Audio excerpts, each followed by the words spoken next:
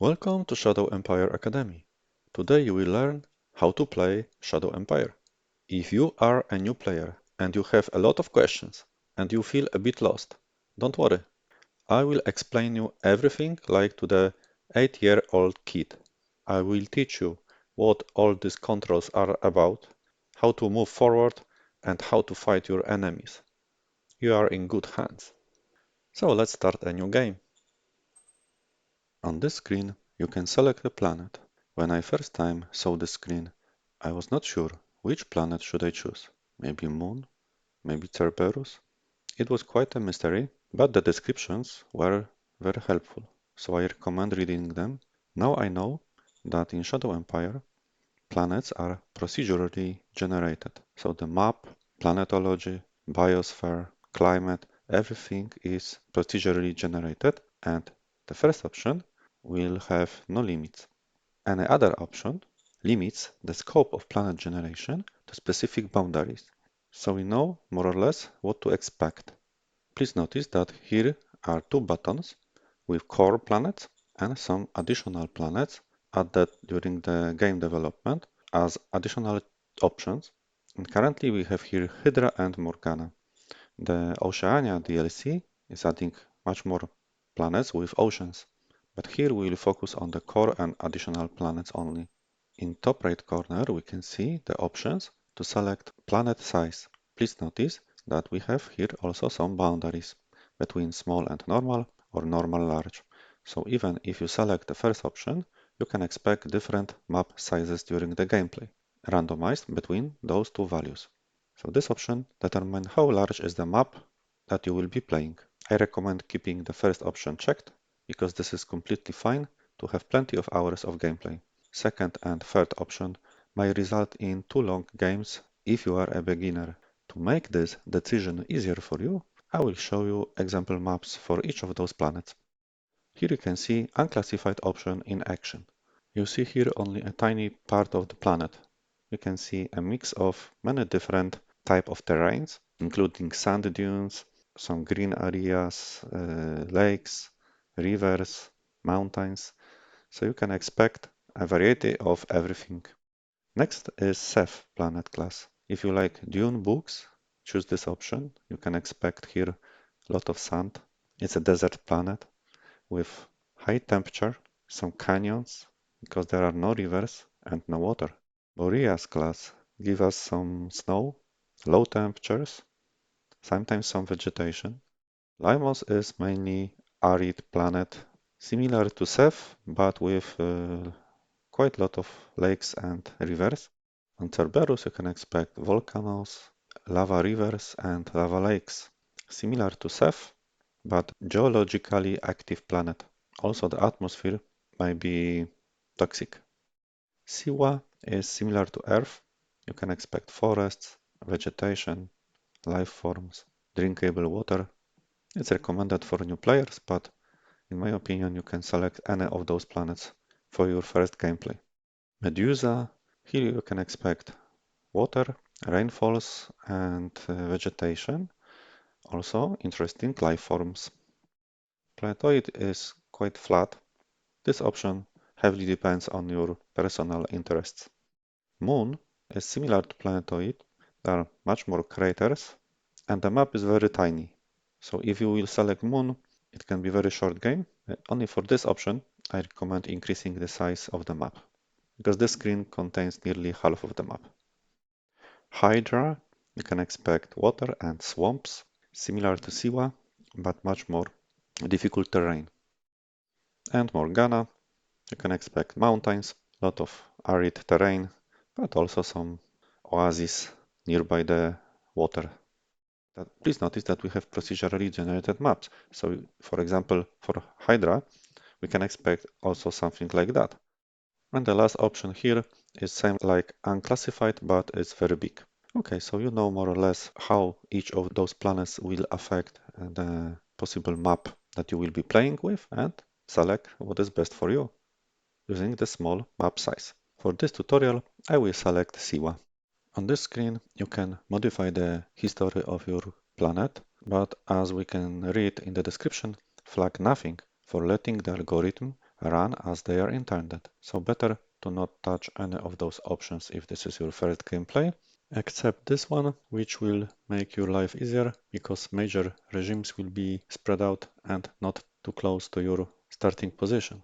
Without that option, you might end up in a situation which will heavily increase difficulty of the game. So I recommend to have this option. And let's go to the next screen. On this screen, we can select some important game settings, like how much you would like to be involved into the planet generation. So on the first screen, we selected planet type, and here you can decide how much you would like to modify that planet generation process. So the first option will let you to go through each step of planet generation, and you will be able to check it and reroll if you don't like it. And the same repeated to all steps. Usually this process is quite long and require a lot of understanding how the game works. So I do not recommend it for your first games. The second one, simply skip all steps and you will see the final screen showing how the generated planet looks like, but you will be able still to reroll the planet as many times as you want. This is a very convenient option and is saving a lot of time. And the last one is for brave people who would like to accept the unknown and anything that the game generates without modifying. So we will keep the middle option. Another setting is for fog of war. So complete means everything is dark, as you can see here, so you don't know the geography, and if you start on, you only have uncovered nearby area. Second option, complete after colonization, so you can preview the geography during the planet generation step, but after colonization, when you start the game, you have fog of war. But as we start with quick planet generation, we skip the planet generation. So for us, those two will behave the same. So we'll have complete fog of war. The third option means that we know our planet geography, and when we start our game, we still keep the knowledge about the map, but we don't know where the enemy cities are, units, and hex perks. So this is our favorite because using this option and quick planet generation, we can still, on the last step, preview our map and modify it for our needs. And partial, in this mode, we know nearly everything except position of enemy units, so including roads, towns, and hex perks. And I don't recommend this. This is too much knowledge, so this option is our preferable one. Third group of settings is obvious, one human player. You can also play with other players using play by email. Another one is number of initial zones. So we will start with one city state, which is recommended. I don't know anyone who is starting with 2 or 3. I started it mainly for research purposes. But if you will start with 2 or 3 zones, they will be connected using rails, and you will have units in each of the zones. Number of initial armies. Militia can be too weak force, so I recommend starting with one army and militia. Two armies will be too much in my opinion, because they are usually motorized and require oil, a lot of food. So one army and militia should be enough to secure some area. Story modules. I recommend disabling them.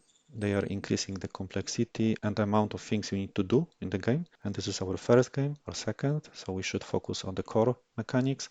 And then if you will know the game better, you can enable them and they will increase the amount of events and things to do in the game. But trust me, you don't need to check them in your first game. Next one, on which technology level we start. So this is quite basic and survival mode technology level, so I recommend for new players technology level 4 because on this level you already have the critical technologies required for your survival.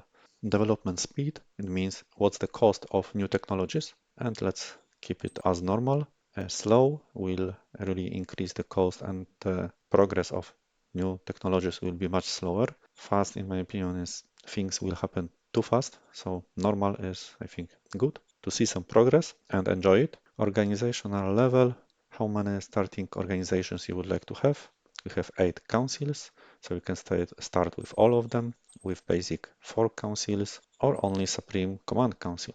And I recommend this option because you will also learn how to hire leaders, how to add new organizations, how they work. It's better for learning process to gradually add organizations than start with some and you don't know what to do with them. So keep only the first one.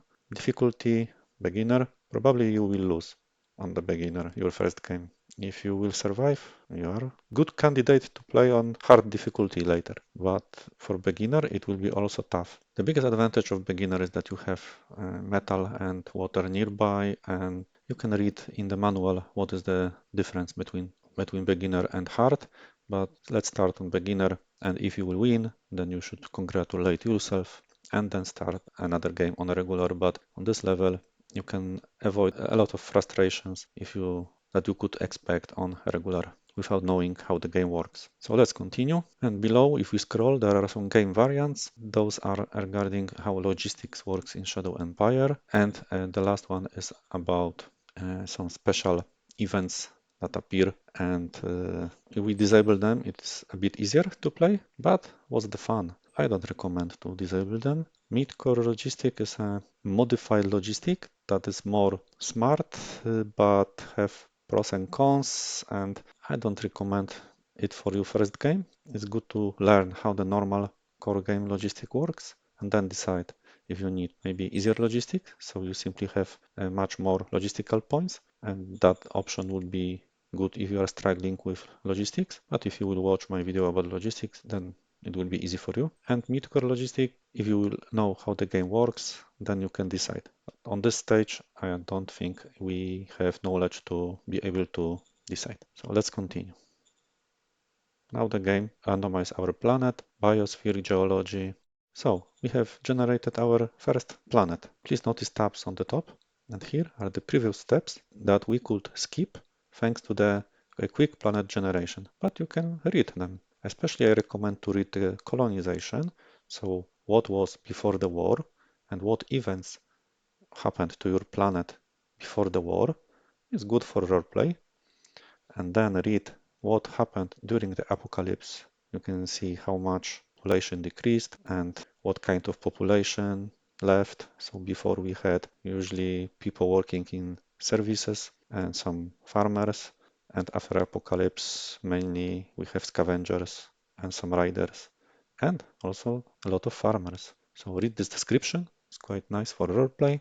All of these events on the right, this is the calendar of events, and those events have impact on the real map, hex perks and zones. So if there was some nuclear disease or bombing in particular zone, then in the map there will be radiation in that zone. So those events can give you some knowledge about the map. If you remember what happened, then you can predict what's inside each of those zones. So we could skip all of that. So in detailed planet generation, you have to go through each of those steps, and if you don't like reroll, but you know, so many details for your first game is too much. Here is some additional information, how the life evolved on your planet, and then what kind of plants we have. But this screen is the most important one for us because you can decide if you like it or not. If you don't know the game, then simply the decision, I would say, is based on the map. So if you click this little button here, we close this tab because here you can go back to it. You can close it. And using mouse scroll, you can zoom out the map or zoom in. And you can check how the planet looks like. So you can use the mouse or cursor left or right on the keyboard. The game will choose a random zone for our starting position. So you don't know where you will start.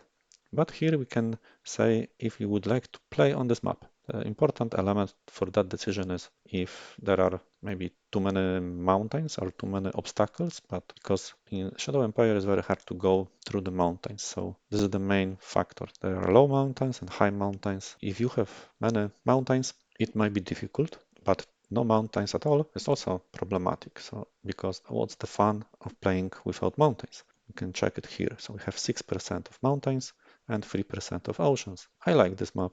I do not recommend to spend too much time on reroll if there is nothing crazy on the map that we couldn't accept. If we start a roll too much, then we will end up in a loop that we cannot stop.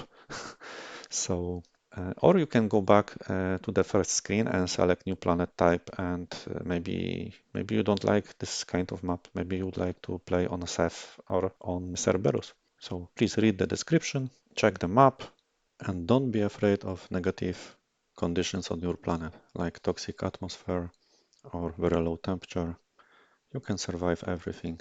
Simply your units and people will have enviro suits, and the fight will be more deadly. I would say there is much more fun on playing on planets which are different than Earth and have difficult conditions than the ideal planet with everything perfect. But it's up to you. But even if I like this planet, I will show you how the reroll option works. So let's generate another planet. Now game repeat all steps and try to generate for us something new using the same type of planet that we selected in the first step.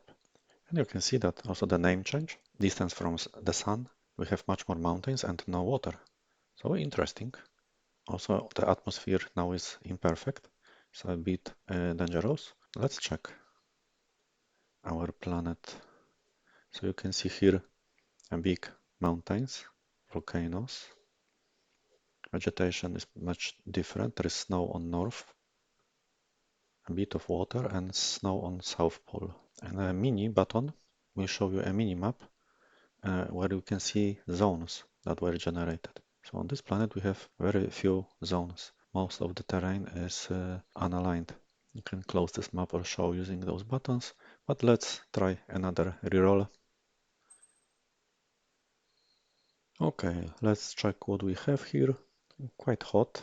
There are forests, a bit of mountains, a bit of oceans. Rainfall quite low, so it's quite dry. Here is important information that there are 3 major regimes and 19 minor regimes. So if we go to our map and this mini map, you can see that we have much more zones, and each zone is assigned to one regime, minor or major. Let's check what we have here. The water, here are some forests, arid terrain, some mountains. Here are some ruins, quite big ones. And this kind of terrain gives a bonus to open farming. Okay, maybe we can start with that map to avoid rolling forever. But it's tempting to reroll. Let's start our game.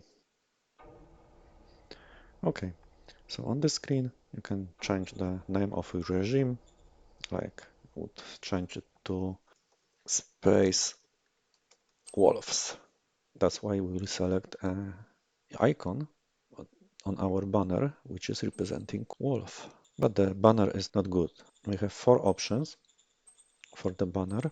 The monotone will use our primary color. Let's change it to a gray color.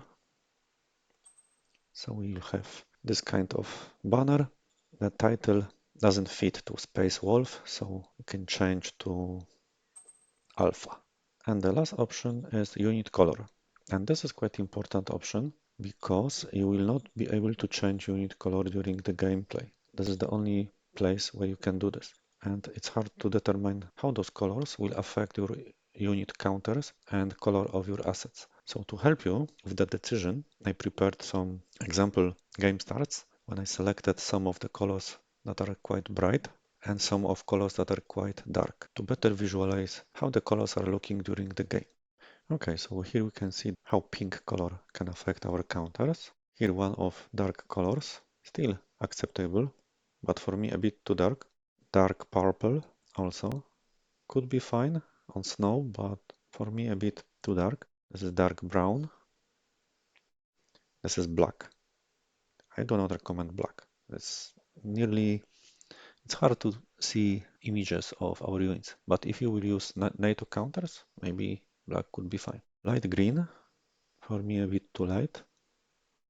Light purple, could be. Yellow, interesting. Sky blue, also quite nice. Red, very good. Intensive blue, I would say too intensive. So the colors that are not too dark or too bright are, in my opinion, the best ones. Like here, they are soft to our eyes, and you can also easily notice what is the image on the counter. This is white color, light gray, dark gray, and green. So you could see how the colors are looking on the map counters, and now the decision is up to you. Please notice that you can also define a custom color So can check it. Select here, change the brightness, light blue, oh, this color, and see how it will look like on the map. But before that, we have some message. It's good to roleplay this game and read all those messages. On next 3 screens, we'll answer some questions, and those questions determine profile of our empire. Later in the game, those profiles will evolve, but the starting ones will determine the type of government and relation with your factions and leaders. So choose what is best for you. There is no bad choice here. I will select enforcements because we are wolves. Now something about our society. I will select feast because we are wolves. And the last element of our profile, of course, autocracy because we are wolves. Space wolves. And now let's start our first round. Don't be afraid of those 63 reports. Of course, the previous alpha is dead. Don't ask me how it happened, but now I am the alpha. But as each alpha, we need to make sure that people will trust us or will be afraid of us. And then the game will show you some events. In this case, there is parade of militia, very good. And those are special periods during the gameplay, which are increasing in strength and then decreasing, and can be positive or negative. In this case, this is positive period for my empire because we are entering a time of culture, so very good. And Shadow Empire is kind of card deck builder game. It's a connection between strategy and card deck building games. So the cards are very important. Those cards are giving you advantage over the AI regimes. The green ones are positive fate cards and the red ones are negative but are giving you fate points to play the green cards, which cost fate points. So they are fate stratagems added to our deck. And now we have some normal stratagems generated by our organizations or as a gift from the factions in our empire. We can check them later. And finally, we can start. The game welcomes us with a set of decisions. The one that you can see here is your first important decision that you need to make to show to your people what kind of leader you are. You can see decisions are grouped by some categories. We can see 2 national decisions, Ascension Speech and Militia Parade. Also, there is 1 organizational decision. We can add new organization to our government or diplomatic decisions because other regime or nomads want something from us. All decisions are visible here under this tab, and we can see the number 4 representing that we have 4 waiting decisions. You don't need to process all decisions immediately when they show up. Here you can see a button to close the tab. Also, we can see here an advice from our secretary, and there are 2 advices. So we can move to the next one using those arrows. So one is from our governor, so the person who manages our city where our people live. And the second one is from a secretary, so the role that is representing you across your government. So what we can read here, take your time to learn the ropes. So this is what we are doing. You can delete the advice or dismiss to show it later when it will be needed. Also, you can use this button to hide the currently pending advices, and you can go back to them from this screen. You can see number 2 representing that we have 2 advice messages waiting, and if I delete this one, it will never appear, and I can dismiss this one. It might appear in future, but we can also see here some other option. Let's check it. So there is a kind of mini tutorial built into the game. We can see that we are in reports, help, and here are some tutorials how to do some basic activities in Shadow Empire. But please notice that also we can here check our planet information. So we can go back to the screens that we could see during the planet generation. Also here you can read the history of your planet before the war and what happened after the war. So I recommend reading that if you couldn't do this during the planet generation. So now we can close it using the button on the bottom. And we know that our first goal is to improve security in our zone by conquering all hexes close to our city. So let's dismiss this message. Now we have 0 advices waiting and we can enjoy the game. But how to enjoy something that is overwhelming? When I first time saw this screen, I was a bit afraid. What should I do now? Where to click? So many options, so many tabs. Some people might feel lost, and this is normal, and you are not alone. I will start with something that was unclear for me when I was learning the game. When I started to explore the map and clicking on particular units, I noticed that I have units, I can move them around, but when I click here, why everything disappears? Here I see something, I click and nothing show up. Here there is some probably town, I click and nothing happens. That was a bit confusing. Now I understand that the game doesn't know which aspect of this hex I would like to explore, because there are multiple layers that this hex belongs to.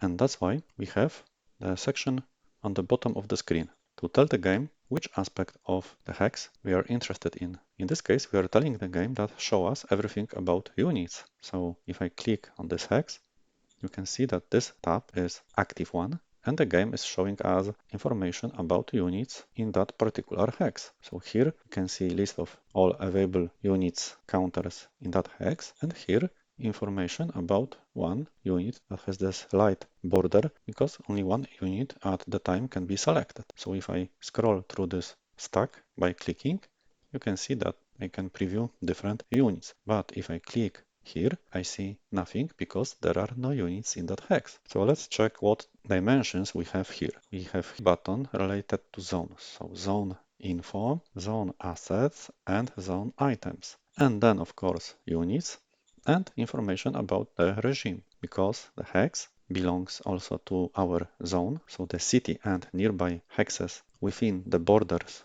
of your regime belongs to a zone, and also the hex belongs to our regime. So if I would like to check the regime level, I can click this tab, and now the game will always show me level of the regime for that particular hex. So if I click anywhere in my empire, nothing changed because we are still within our regime. But if I click here across the border, you can see that the information changed because this hex belongs to the zone and to some other zone, and this zone belongs to some other regime. The another dimension is the zone information screen. So you can see this zone name is Avalon, and we don't know too much about it, but this hex belongs to a zone Driftwhale, and this is our zone, so we know a lot about it.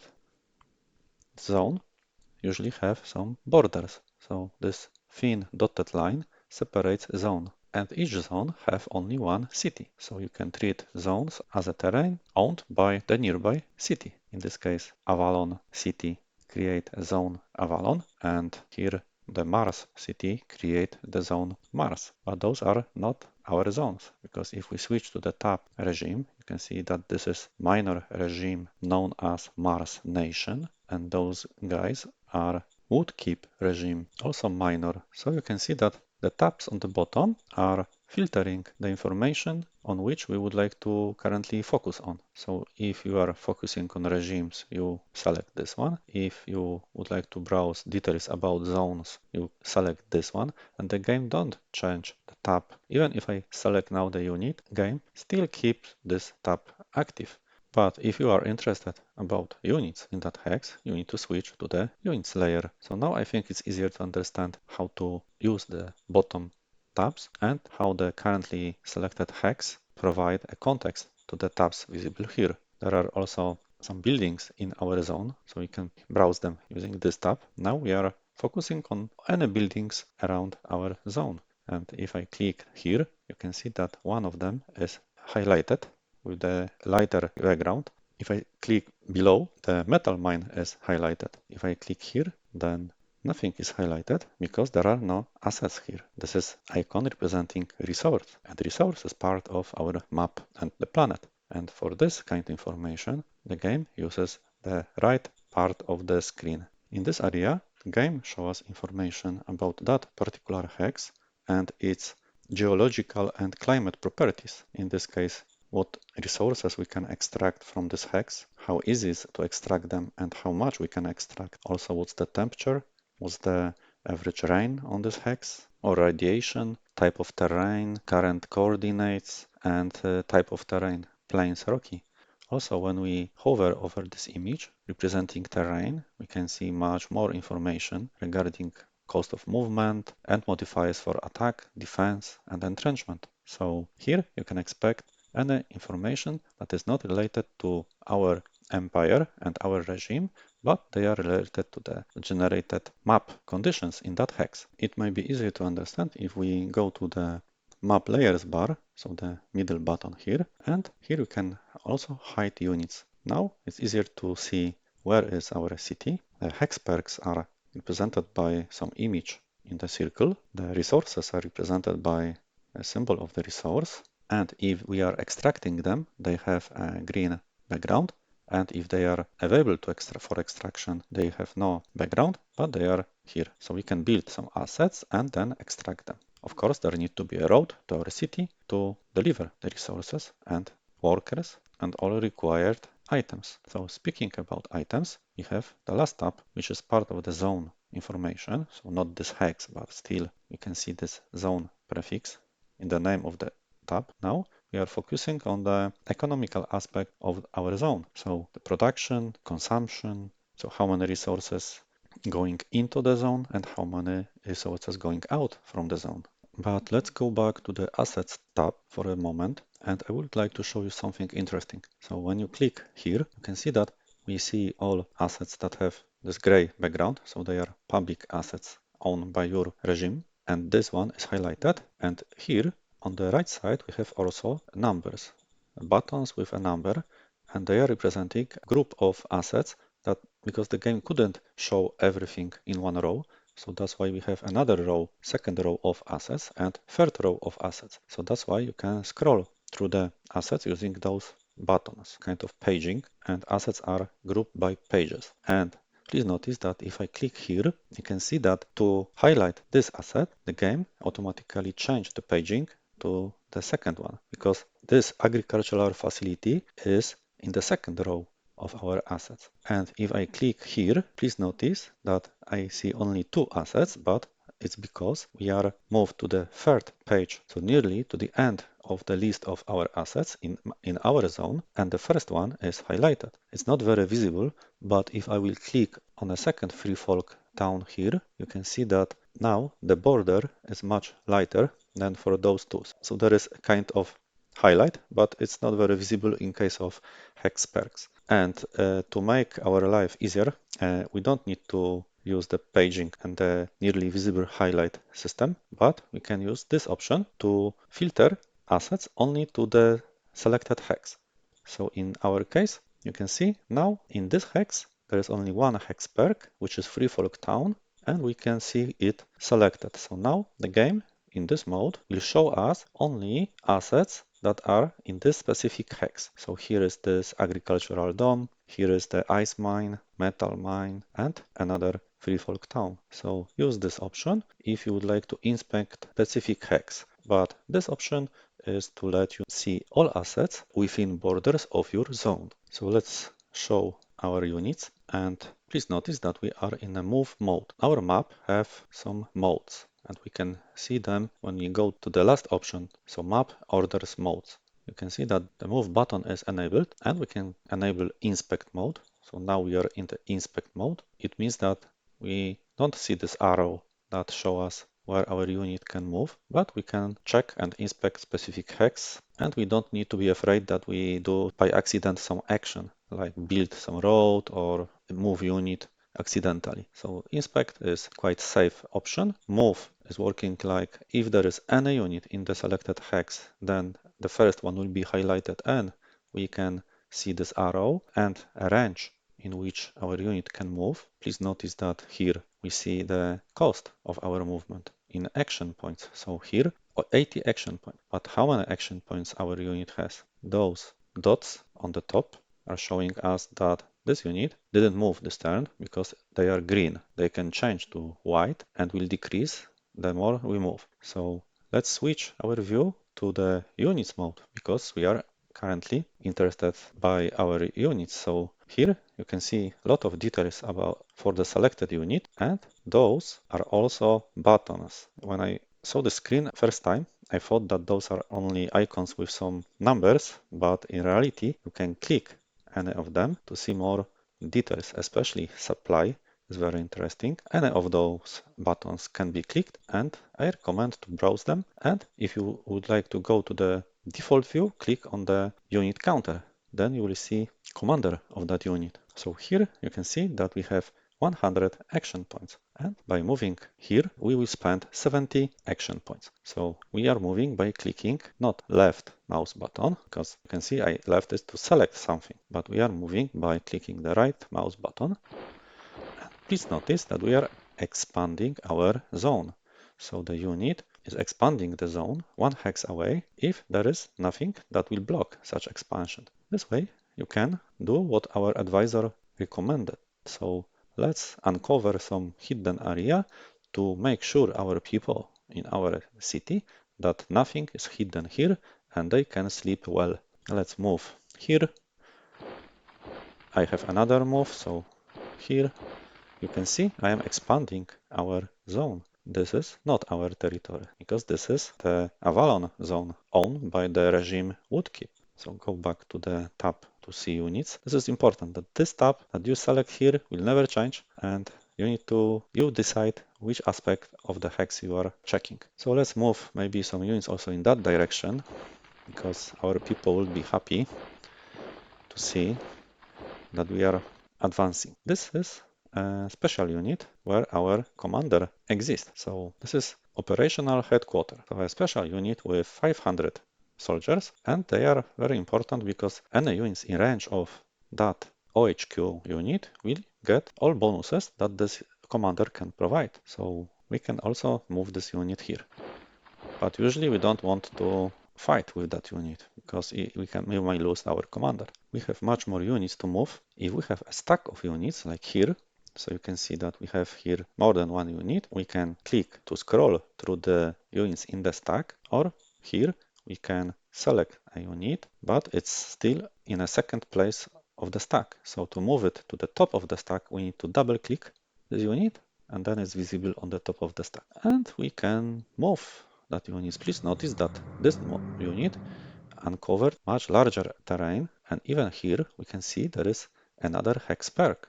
We can switch to the assets to see that this is very small degraded automated factory, and it's giving us 40 industrial points. So very good perk. We need to have it, but to have benefits of this hex perk, it needs to be within our borders. So we need to move forward very quickly to have this hex to be part of our empire.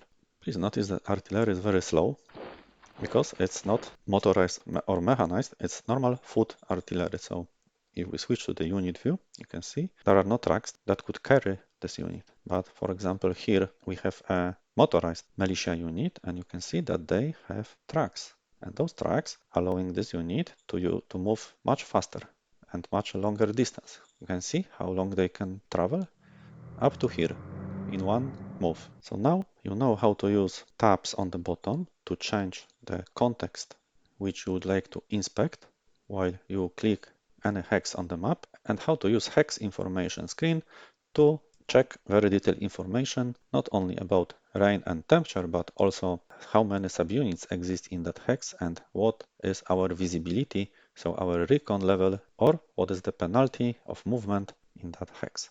So those three are not really geographically related properties, but they are properties of this hex from perspective of our units. And if we now have opened the items tab and we can see the resources inside our zone, we can compare this with resources here. So why we have here some resources and here, what is going on? The resources that you can see on the left part are in reality stored in first SHQ unit. So we need to click a few times here to find our first SHQ unit. So this is very important unit where we have our commander of first SHQ. This is a very important person who is giving bonus to any fighting unit. So units benefit from the operational commander who is close to the front line, and always from the strategic headquarters. So this commander cares about strategy and this commander cares about tactics, but both are impacting your unit's performance during the battle.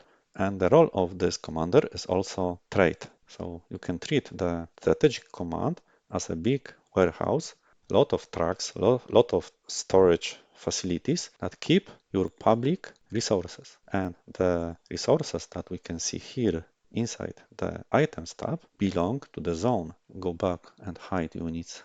Or you can simply press 1 on the keyboard, because if you hover, you can see there are short keys for each of those map layers. So those resources belong to the city, and those resources belong to this unit.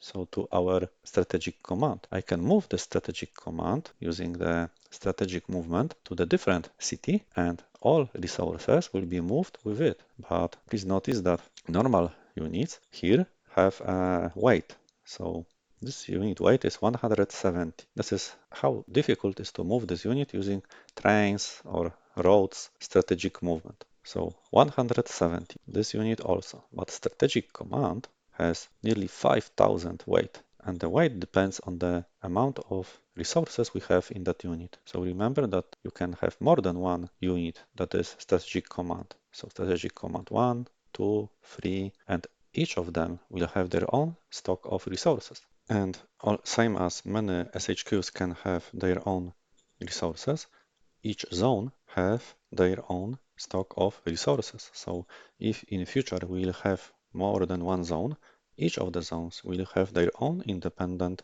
screen like this and their own resources. And there is a communication between each zone and the SHQ they are assigned to, because each zone is assigned to one SHQ.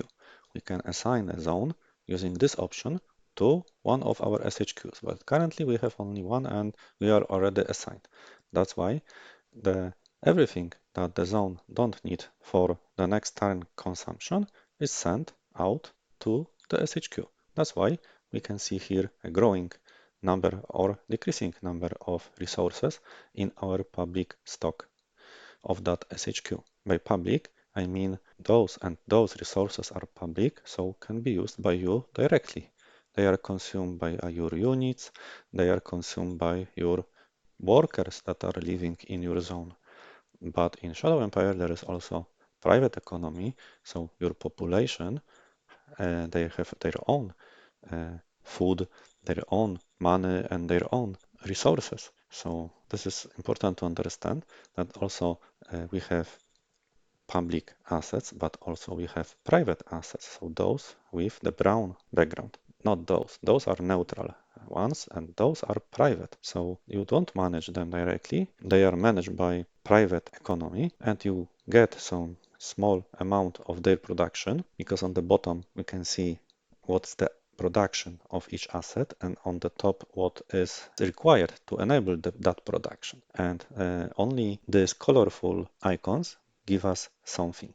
These white icons don't go to your public store, but they go to the private store. So it's very important to understand that we can filter here public assets, so the gray one, and private assets, so non-public, and they have their own life, but can be very useful and beneficial. If we are speaking about assets, we can quickly jump to this screen. So on the top, you have the Manage button. You will use it very often. And please notice that now those options disappeared. We had here some buttons like reports, decisions, they disappeared. But we have a new set of buttons here, which are relevant to this Manage tab. Because if we are in the Map tab, we have other options here visible. They are relevant to the map view.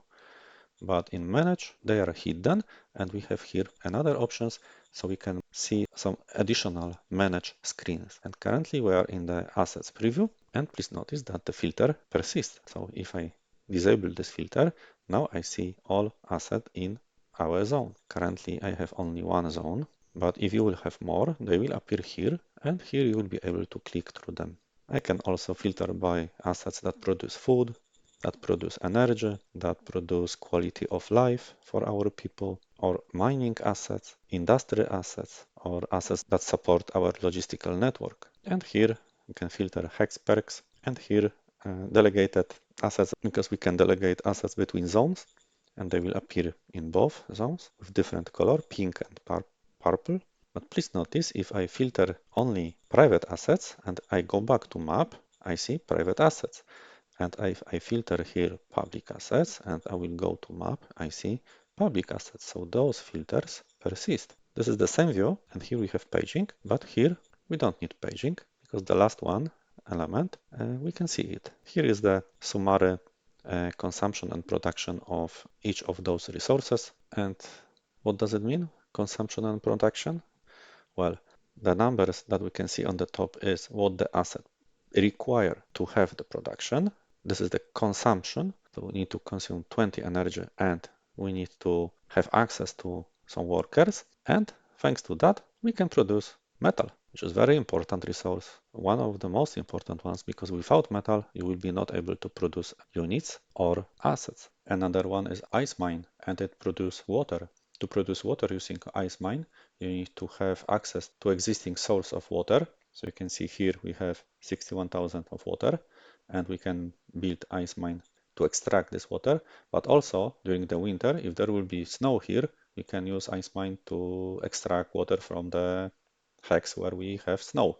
Please also check that we have water production and free water production. So 40 water was for free.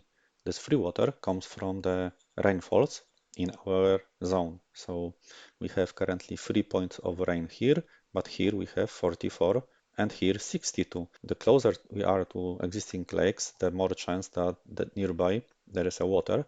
But also you can go to strategic map, statistics, and here there is option to see rain and water resources. So rain, the more blue color of the hex, the more rain we can expect.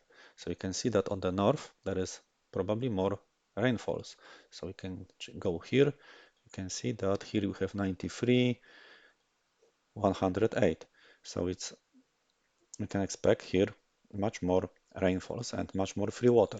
Also, we are getting free water if our zone borders with some lakes, rivers, or oceans. So as we mentioned, water is need to produce food. So our agricultural dome facility or open farming assets need a lot of water to produce food, and food is consumed by our population and workers and soldiers. Let's go back to manage. The next one is track station. Very important logistical building.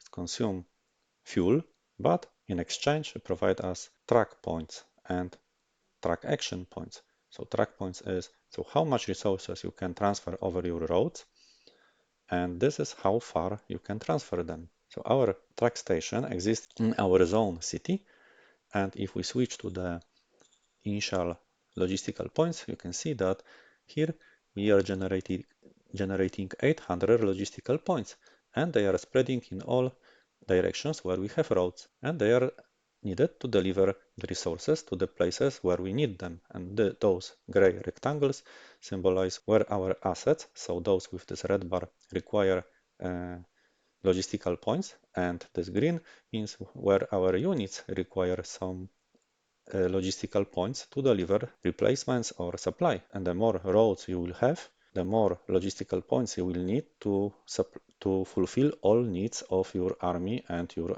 growing assets. Because other zones will request supplies and resources that are public from SHQ, so from this storage. They of course will have their own production, but in case of any missing items, they will request from SHQ and it will appear in this column, so input resources from SHQ. And all transportation will go through your roads and your logistical network, so you can expect sooner or later increased demand on logistical points. And also, if we conquer this zone, then any unused production in this zone will be sent back over logistical network to your SHQ. So this line will be very busy in future. That's why this asset is very important, and I recommend to upgrade it to level 2 as soon as you will be able to do this, because here we can have much more track points and and you will be able to avoid many problems with your logistical network by doing that. And last point is about track action points. So this 100 means this is action points like for a normal unit. So our unit has 100 action points. The same has the track station, and it can use these action points as any other unit using the standard terrain cost. So if we hover here, you can find the track logistics, and we can see action point cost over terrain and over road. So track logistics is paying 10 action points per each hex of the road. So the range of our track station is 10 hexes, because for each we pay 10 action points. But there are different type of roads. So the cost over sealed road is 7 points for our tracks, and on the rails is 4 points. So we can reach much longer distance when we upgrade our road or we build rails. Let's go back to manage. And next one is high command. And high command consume energy and produce what? Bureaucratic points and political bonus points. Such bonus points are very useful because they can be converted into political bonus, which will be a percentage that is increasing the amount of political points you are earning. Such bonus points with this icon can be generated by many different assets, including hex perks, and it's good to have them as many as possible. For example, if I would like to go to my city and create here a new asset that will be in the government section, and here you can see barracks. This barracks, you can see, is also generating bonus points, but this time those are training bonus points. So it will impact the experience of our units. Also, upgrading our high command can give us more bonus points and more bureaucratic points. You can find more about bonus points if you go to reports and features and bonus overview. Here you can see currently we have only our political bonus points and private bonus points, but and next round they will be converted from political bonus points to political bonus, which will be a percentage. So it's good to check it from time to time. Let's go back to manage screen. Please also notice that there is another building that gives us a lot of bureaucratic points, which is bureaucrat offices. And on level 1 we have 50, but on level 2 we have 200. Bureaucratic points are essential to have fast working organizations, because the bureaucratic points you can treat as a fuel for your organizations to produce stratagem points, and stratagem points generate stratagem cards. Also, bureaucratic points are improving research, discovery, and design of new models. So this is one of the most important attributes in the game. Okay, and the next one is industry. You can see that consume more energy but produce industrial points. Industrial points are same important as metal, because metal and industrial points are required to construct assets. If we go to our map and, for example, we would like to build another asset by using the construct option, and let's say some government assets, you can see that all of them use industrial points and a lot of metal. So workers, early game shouldn't be a problem, but metal is a huge problem, and you need to scrap using recycling facilities, or if you are lucky, there is some metal mine. And industrial points can be a real bottleneck of your production if you don't have enough of them, because please notice that to upgrade high command to level 2, we need to provide 60 industrial points for each of those 4 rounds of the construction. And also, if we would like to construct a road, you can see that they cost industrial points, and this is cost for each hex. So then the cheapest road built from here to here will cost us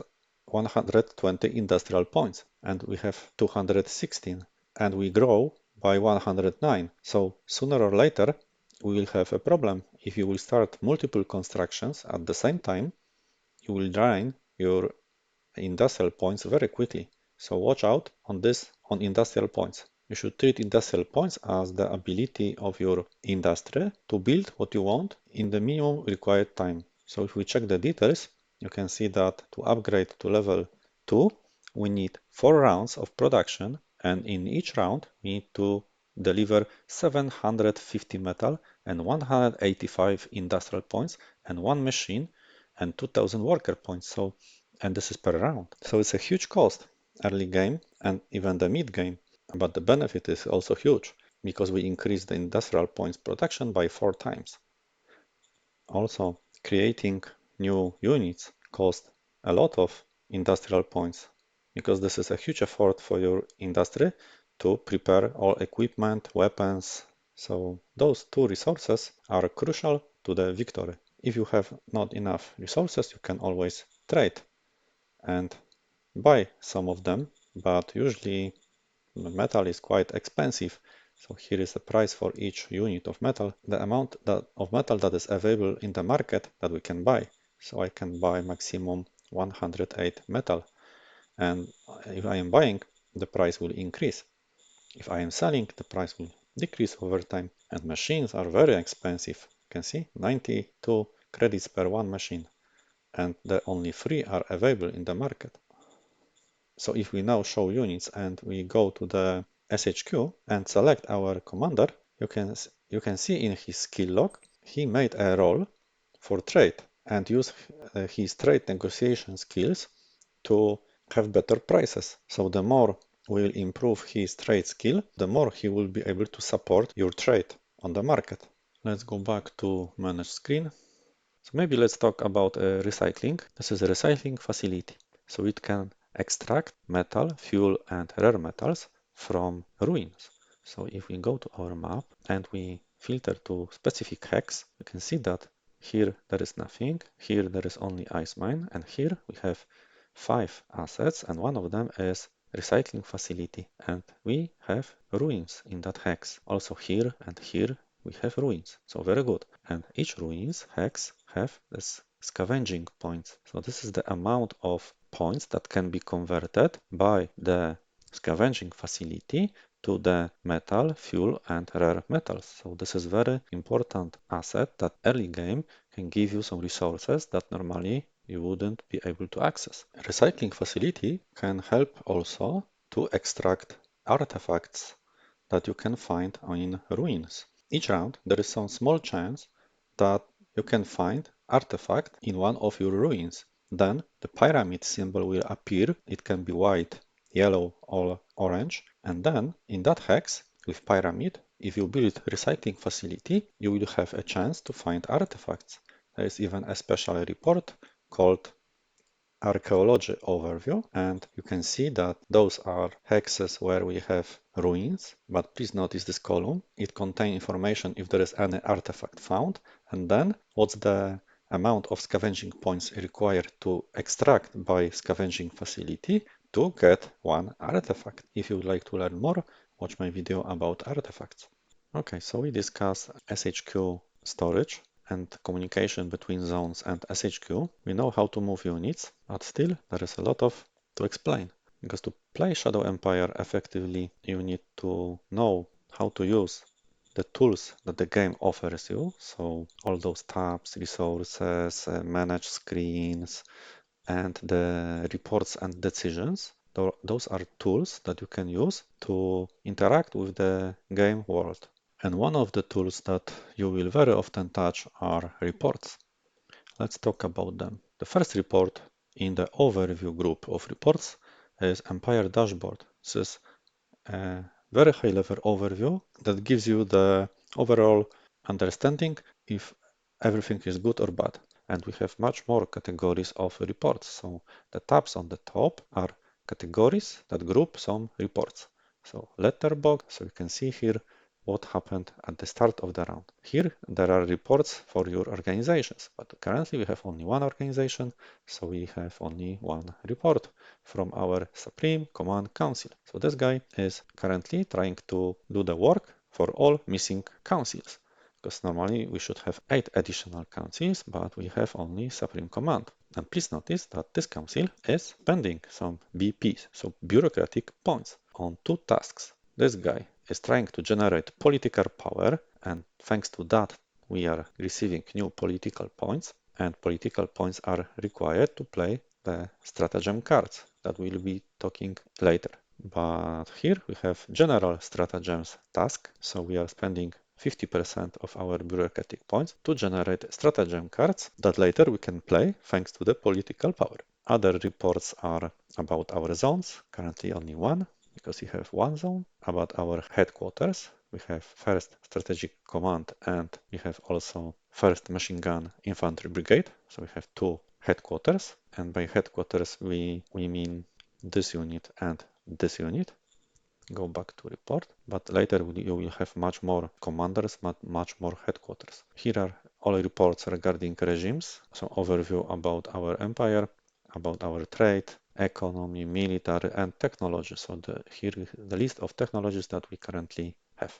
Binary technologies are those that you can discover, research, and we have them. But there are also linear technologies, so you cannot have them, but you increase the percentage from 1 to 100, but probably 100 you will never be able to reach. And help, we already talked about that. So some informations about our planet.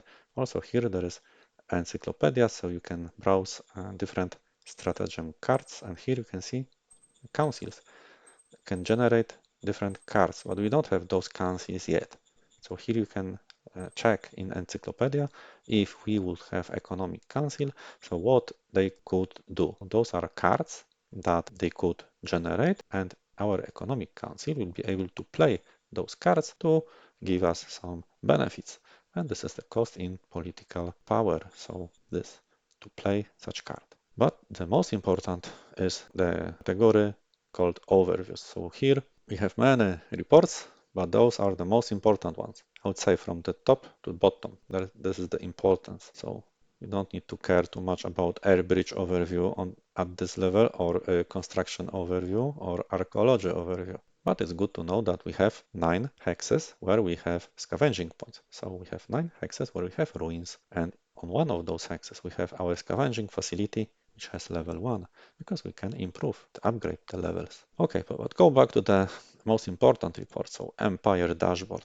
This report you should check from time to time, best if each round. And here we have many important information, but currently we are speaking about bureaucratic points. So here there is a prediction what will be the amount of bureaucratic points for next round. And this round we could spend 80 bureaucratic points, and only we have one organization, and we split them equally, so by 50%. So 40 is producing the political points. So here you will see next round increase of political points, and 50% goes to the general stratagems task of this council, because those are tasks that our council can do using bureaucratic points. And general stratagems generate general stratagems, so different kind of stratagems. But this round we couldn't generate any stratagems because this is the first round. So we need to wait to the second round to see effects. Here also we can see how much people trust us, how much our word is respected. So 50, it's number between 1 and 100. And what's our popularity based on all different subcategories. And if you increase one of those levels by 1 point, then you are receiving special bonus in form of additional stratagem cards. So let's go to the stratagems.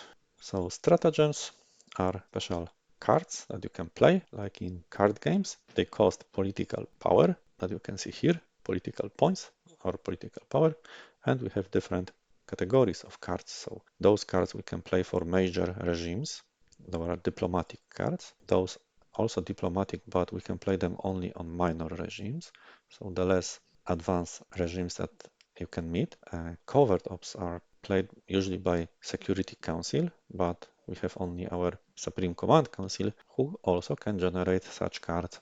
And sending spies, simply increasing recon in the nearby zones. So if we will send a spy here to, let's switch, this is unknown, but here this is Woodkeep, to this regime, minor regime. We don't know too much about them. Their territory is hidden for us. And one important point is that our units can push the border of minor regimes, and it will decrease the relation. So the more you push the border, there is no war between you, but the relation will decrease to the moment when they send you some message and ask, what are you doing? Do you want war or peace with us? Or we can attack them directly, and then if we will meet any units or the city, then it's automatically war. But before that, the relations will change, but there is no war. So it's important to understand. Also, they can push the borders. For example, here there will be some units. They can grab our territory without a war, because the war is only if we are attacking somebody units. So we don't have recon, so we can play a card to spy them and to get some recon information, and maybe we'll uncover some roads, some assets, or some units. So spies are very useful. So how to play such cards like spy? Can't you see I cannot execute because I didn't select a target. So the second step here allow us to select a target. Now we can see a map of our planet. Here is our zone, and here we can select other zones where we would like to put our spies. You can see that we have 0 spies and 0 recon. So let's execute this card.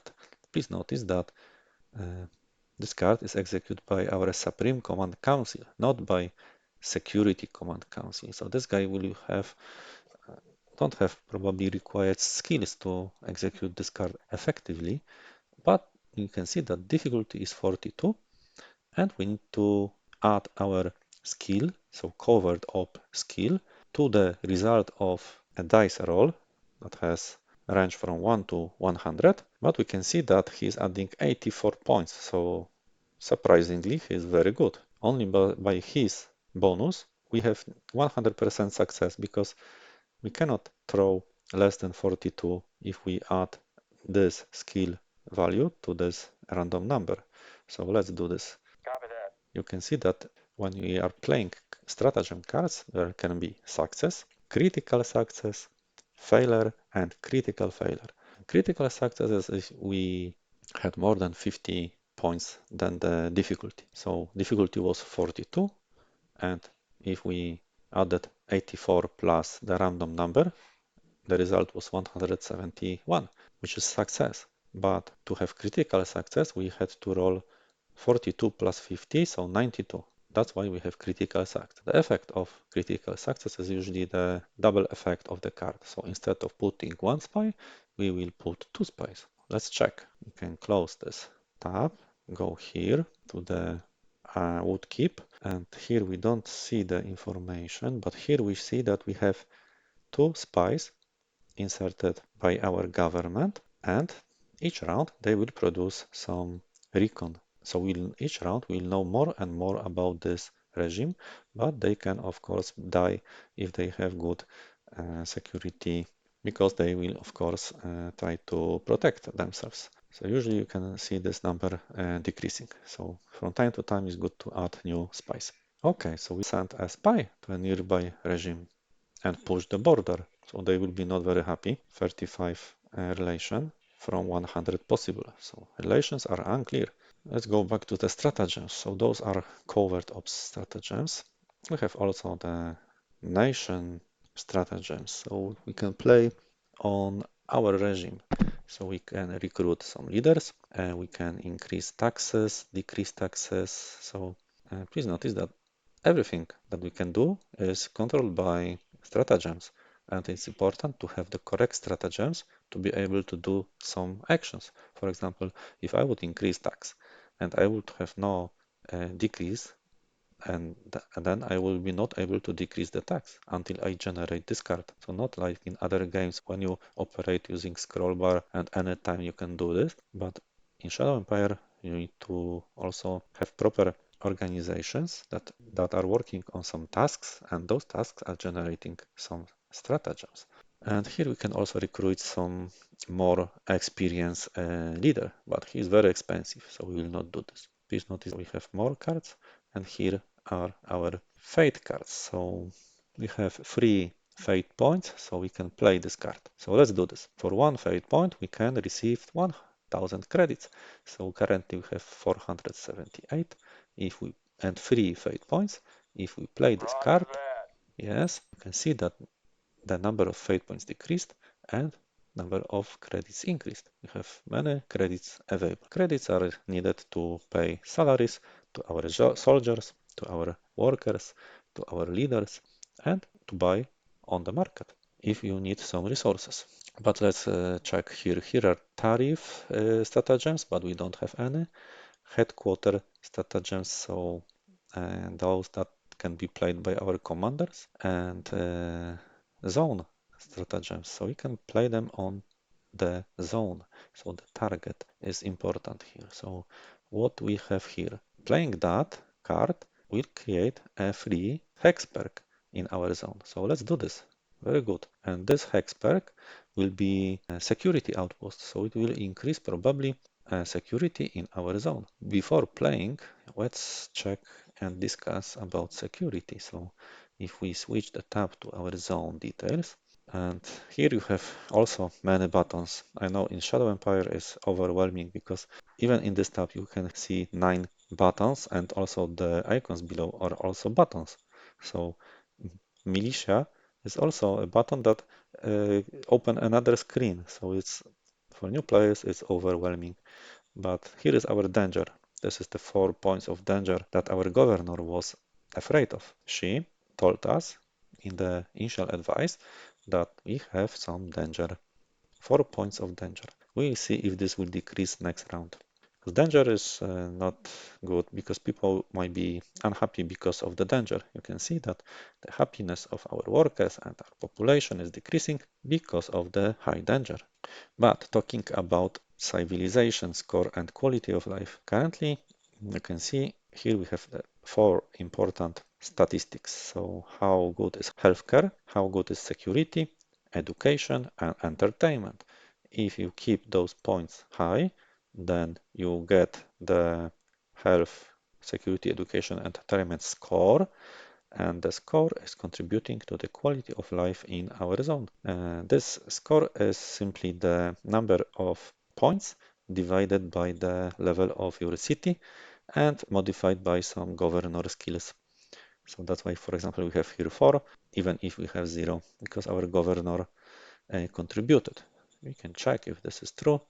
If we open by clicking the governor card and go to this skill log, you can see that our governor was testing many of her skills, and one of them was probably for, you can see, for health increase, entertainment, security increase. So she had some positive roles. That's why in our quality of life we can see some numbers, even if here we have 0. I can play this stratagem card and I select my zone here, or I can play the card also from here. So if you select the first tab, here is the button stratagem, and it will automatically open you the stratagem cards which are filtered to zones, and the target will be automatically your zone. So it's quite easier. And I can select the card and play. Yeah, they are happy because they received a gift. And let's check where is this gift. I can see here some hex perk. You can see in this circle there's an image, and same here in our town. So let's check.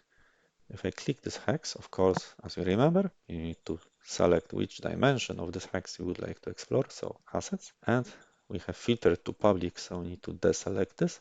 And now we can see all assets in that hex. So you can see that there is Free Folk Town and also Security Outpost. And this outpost don't need any consumption and is producing 100 quality of life points. But if we click on it, and once again click, you can see more details that this outpost is producing 100 security. Next round, if we go back to our zone and quality of life, next round we can expect here 150 points, not 50. So very good. We have a free hex perk. And go back to the stratagems. So you can see that the stratagems are very useful and are giving us advantage because AI don't have stratagem cards. But they have other advantage. They can build roads for free, for example. You can read in the manual what are the advantages or disadvantages of AI. It's very well described. And this card is also giving us another quality of life building, but this time for educational purposes. So it will be a school. So let's execute it. Yeah, and we have private school assets. So let's check where is it. If we don't know where is it, we can switch back to the all assets, and it was private. So select private, and we have, yeah, it was another level of school because we had already level 1, and this asset was adding another level. So now we have level 2 of the school. If we double click on this asset, you can see that asset can have levels, and we increase from level 1 to level 2. So instead of 50, we'll receive 100 quality of life, education points. Let's go back to our stratagems. We don't have much more stratagems because we need to add organizations. So let's focus now on organizations because organizations will produce us more stratagems. So we need to create more organizations. So in our decisions, there are some organizations based decisions. And here there is a question, which organization we would like to add. This is quite important decision. And if you don't know what to select, simply select from left to right. It will be fine because the last two, for sure, you don't need them early. Economic is a good choice. Military Research Council is good choice. Model design also, but I don't think maybe for your first gameplay this should be first council. I would recommend between economic, military, and interior.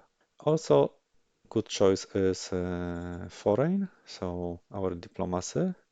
If there is nearby peaceful minor regime with culture of farmers, then you could have earlier the foreign council because then you can increase their happiness and have some pacts, and they even can become your client state.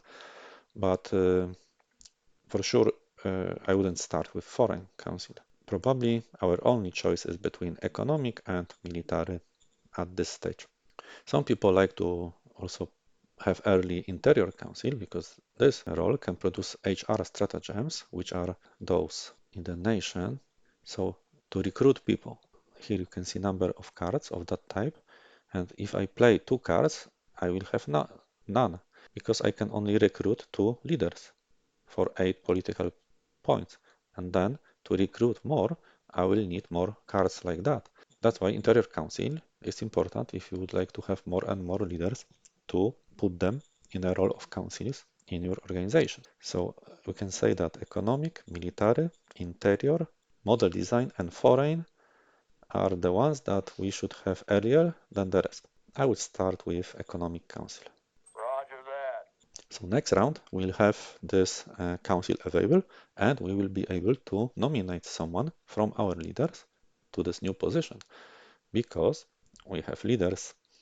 So if you go to the manage screen and here as we saw before we have other tabs, so not only assets but also which models we have in our army. So models are representing type of units that you can produce and add to your army. And thanks to the Model Design Council, you can have new versions of each of those units. So they can improve over time. Here you can also see the technology tree. So the green colors means that we have such technologies and the black that we don't have and the gray that we can discover them. Because in Shadow Empire first we need to discover technology, then research the technology to be able to use it. So some technologies like automatic rifle can improve the firepower of our units, and then Model Design Council can design new models that are using such technologies. So here you can see that our troops are using the automatic rifle, but if we will be able to discover, for example, combat armor or Gauss small arms, then our units will not use those technologies. We need to design new model that can use those new technologies. That's why Model Design Council and Military Research Council cooperate together to increase the efficiency of your new models. But even if you will have new models, you need to then upgrade the old models to the new ones. Lot of things to remember. There is a dedicated video for model design. And here we have our leaders. So this is a table where we can filter leaders. We can add some more columns like how good is this leader in the current role. So this is some help number for you to have some knowledge if we assign the leader to the correct job. No, so this leader don't have any job. So for example, our secretary is not good at being a secretary, but please notice the capability level. Capability level describe how big is the potential of our leader. So it's a number from 1 to 5. Usually you will see 1 or 2. If you see 3, it's a good leader. 4 is very good leader that you should take care of him or her. But 5 is exceptionally good leader that sometimes you will never see. So the fact that I have this leader at start of my game, I should open a champagne and drink a wine and celebrate, because this guy has really amazing statistics. Like, okay, maybe as capacity 5 he could have much better statistics, but we can see that he is very good at war. So he can be our SHQ commander or operational commander or security council. So one of those war-related skills can be used by him effectively. And he's very strong guy, so he will live very long, because leaders after 65 probably years, they have a decrease of on some statistics, also strength, and later charisma is decreasing 1 point per year. There are some roles, and if strength is lower than 20, this guy is going to for retirement. But this guy, 72, he will never retire. He will rather be killed in action. But with such strength and personal combat, he will be not killed in action. He knows how to protect himself. So we have very good leader. And in Shadow Empire, big challenge is to find correct leaders and to assign them to the correct councils. So currently we have only one council, but if you will have 8, you need to be really sure that you have the correct people on correct positions. So let's check decisions. Ascension speech. So you can see that the choice that we are making here has impact on some relations with people. So the first number is representing what's the current relation of this leader with you, and this is how this decision will impact his relation. So this guy will be happy because of that decision, and relation will increase by 3.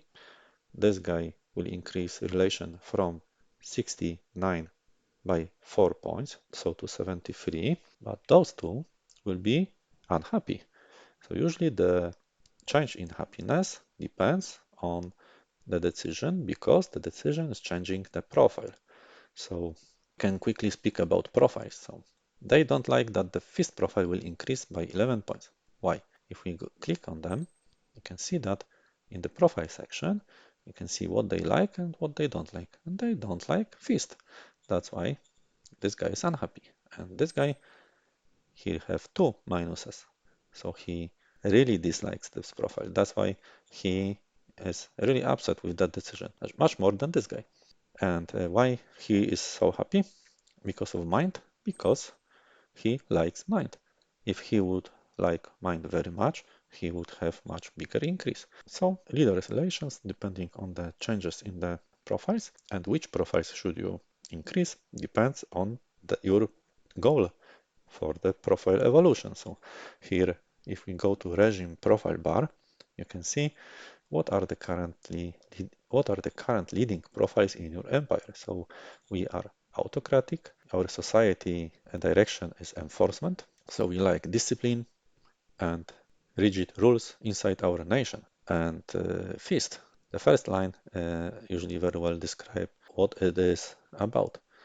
And you can also see some benefits of each of those profiles, because the more we increase the profiles, the more powerful benefits we can get. There is also a special report for that. If we go to the profile overview, here you can see the same information, but here will be much more details regarding which profile is decreasing and impacting which one. And there is a legend. You can read this, and then later the colors will change, and this legend will help you to understand what is going on. Why profiles are important? Because, as I said, they are giving us powerful perks. If we go to the profile in the manage section, here is a terrifying screen, but you can see that first 3 are the profiles that we saw here. So the profiles are split into the politics, society, and psychology. Let's go back. So this is politics, society, and psychology. So we have 3 groups, and the highest profile has a chance that it will get some specific features of that profile. So the more I increase this profile, the more special features I can get. So this one is available if I will have minimum 40 autocracy. This is available if I will have minimum 50, minimum 60, 70, 80, 90. But achieving 80 and 90 is very difficult because the profiles are very dynamic and it's hard to keep one profile very high. So probably 40, 50 would be easy to achieve, but at 60, 70, it will be much more difficult. So how to get these features? The gray color means that we are on a good path to be able to have a chance to get that feature. But we need 2 more rounds to keep this profile over 30 to be able to have here some percentage, and then each round the game is throwing a roll against this percentage if we got this regime feature. And if we got it, we'll get 3 stratagem cards, so call to power and forced allocation, and also a special unit feature, bunker busters, so a special support subunit that will be helping us with eliminating enemy entrenchment. So here you can read what benefits you can get from each of those profiles, but we need to wait 2 more rounds to be able to have it. Okay, so I know it's complicated, but profiles are simply affecting your profile features, some stratagem cards, some subunit features, and the relation with your leaders, and also relation with your factions, because leaders group into factions. So in Shadow Empire, there are some factions. So those 2 leaders are members of the Democratic Humanist School, and here we have also Syndic Union, and they have different background, and this guy is member of Syndic Union. That's why this pink color is also in his background. And I did separate video about factions to explain it more. And also about leaders, there's also a separate video to explain this card. So let's finalize the decisions. I would like to go feast, not mind. So this is tough decision, because if I like feast and I will choose this option, those guys will be unhappy. And this guy is capability level 4, so important member of my regime. I don't want to upset him, so tough decision. So maybe I will select this one because I like to increase morale of this guy because he is capability level 5 and I would like to keep him happy. So let's do it. So you will see what will happen here. So let's do it. Some people are happy. Nobody is unhappy, so very good. But we increased this quite a lot. It's not the highest one, but it's high. Another decision. You need to process all decisions, but you can see that I could end this round. And if I end this round without processing all decisions, then my secretary will do this for you. But he will do this according to his own preferences. So I usually process the decisions myself. What we have here, militia parade, they want some money to increase the militia, because here we also see that in our regime, militia level is 50. Some leaders like militia. 200 credits, we have a lot of credits, so we can give them even 600. This is very expensive operation, but plus 20 to militia, initial game, maybe will be worth it. I don't need to increase too much. I can select only this option. And speaking about militia, let's go because I forgot about it. We have militia units with the letter M, and the regular units have the numbers representing the number of battalion inside this brigade. So each brigade has 5 battalions. So you can see from 1 to 5. We have 5 battalions inside the brigade, but we can have bigger sizes than brigades. We can have, if you go to, for example, rise formation, you can see that we can create brigade, corps, or army. Early game, you would like to, well, most of the game, you would like to have brigades. Please notice that by default, game select this option, but it increasing the cost. So If you are surprised why you cannot build some units, you need to simply decrease the size to brigade, and then you will have much lower cost of the formations. Okay, but militia is simply connected with zone, and you don't have the possibility to replenish their losses, same as for normal units. Also, you don't pay them, and they receive equipment and replenish from the zone. So they are some kind of independent, but you can control them and fight using them, but they are much weaker than the regular units. So usually you would like to fight with those, and they should simply do recon, secure the borders, and increase security, because units that are inside the city, military units there, are also increasing the security in that zone. Let's finalize our decisions. So this is our governor. So here we can see who will be executing the decision, and our governor need to decide what to do in the zone. You can change the workers' salary, you can increase and give some public money to help the private economy. Usually they are happy if we give them some money, so let's increase a bit their private economy, so the brown buildings and the population happiness a bit increase, and they can also build their own buildings. So, it's good to invest a part of public budget to private economy. We don't need to pay new recruits, and for each round we are expecting 500. We can increase it to 1000, because here you can see this each round we were getting 500 recruits, and those recruits can be used to recruit new units. But yeah, so that's why we need to increase it a bit, but I hope they will go without such incentive, because this is increasing the probability that that amount will join your recruits. We don't need any colonists, because here we can see colonies. Colonies are a kind of population, same as those, but not for military purposes, but you can then send them to the other zones as a population or workers. So we don't need them now. So not much to do except the worker salary and public budget on this, and recruits. Confirm. And the last decisions is about nomads. So who they are. Vopotar territory. Let's check where they are. To check your nearby friends or enemies, it's good to use this map, so strategic map, similar to the one where we select target for our stratagem cards.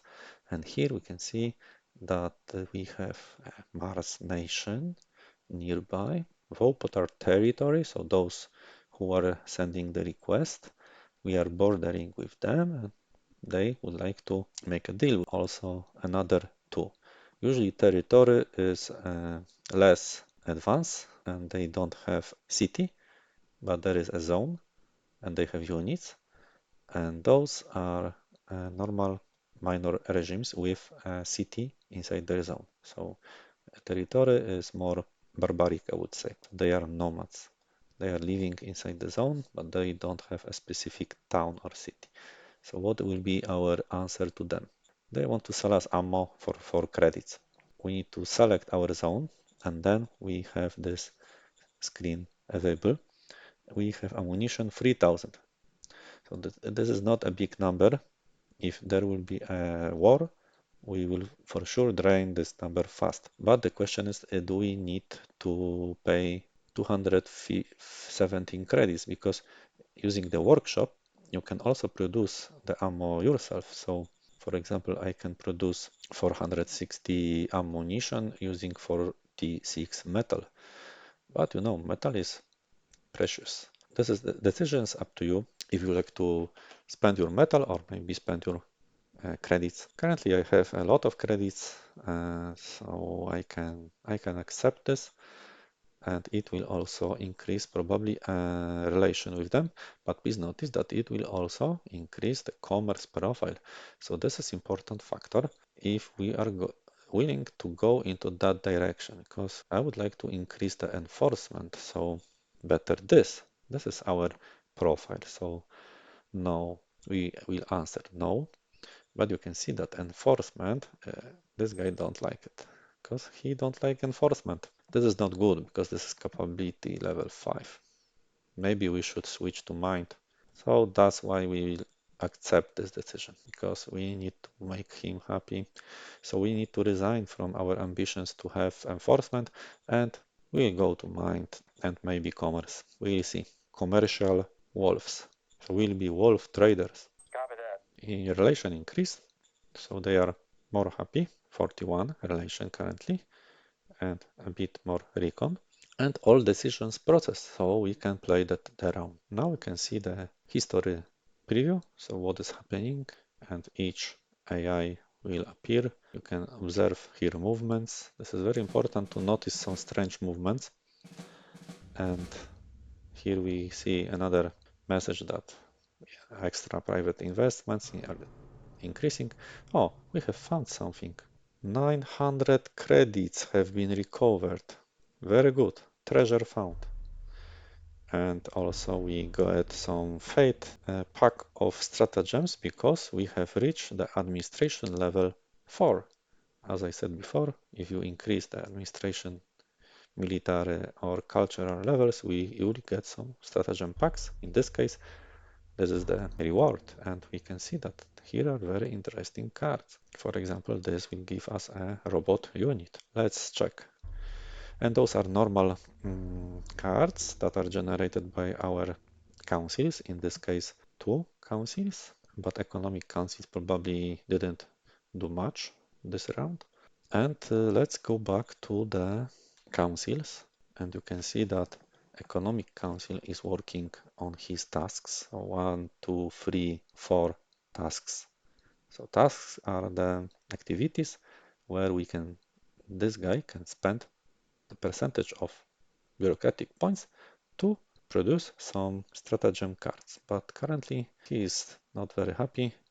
Relation bonus was minus 50%, so he is even slowing down the process. And here you can see that we generated 64 political points, which was then converted on some number of real political points.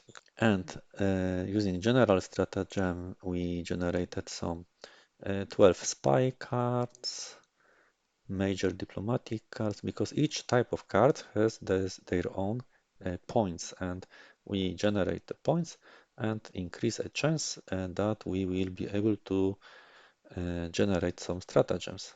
You can check it in the overviews stratagem generation overview report. And here you can see that those are the groups of stratagems that we can see in the stratagems screen. So major, minor, nation. So here we have groups of stratagems. So the ones that I can play for major regimes, for spying.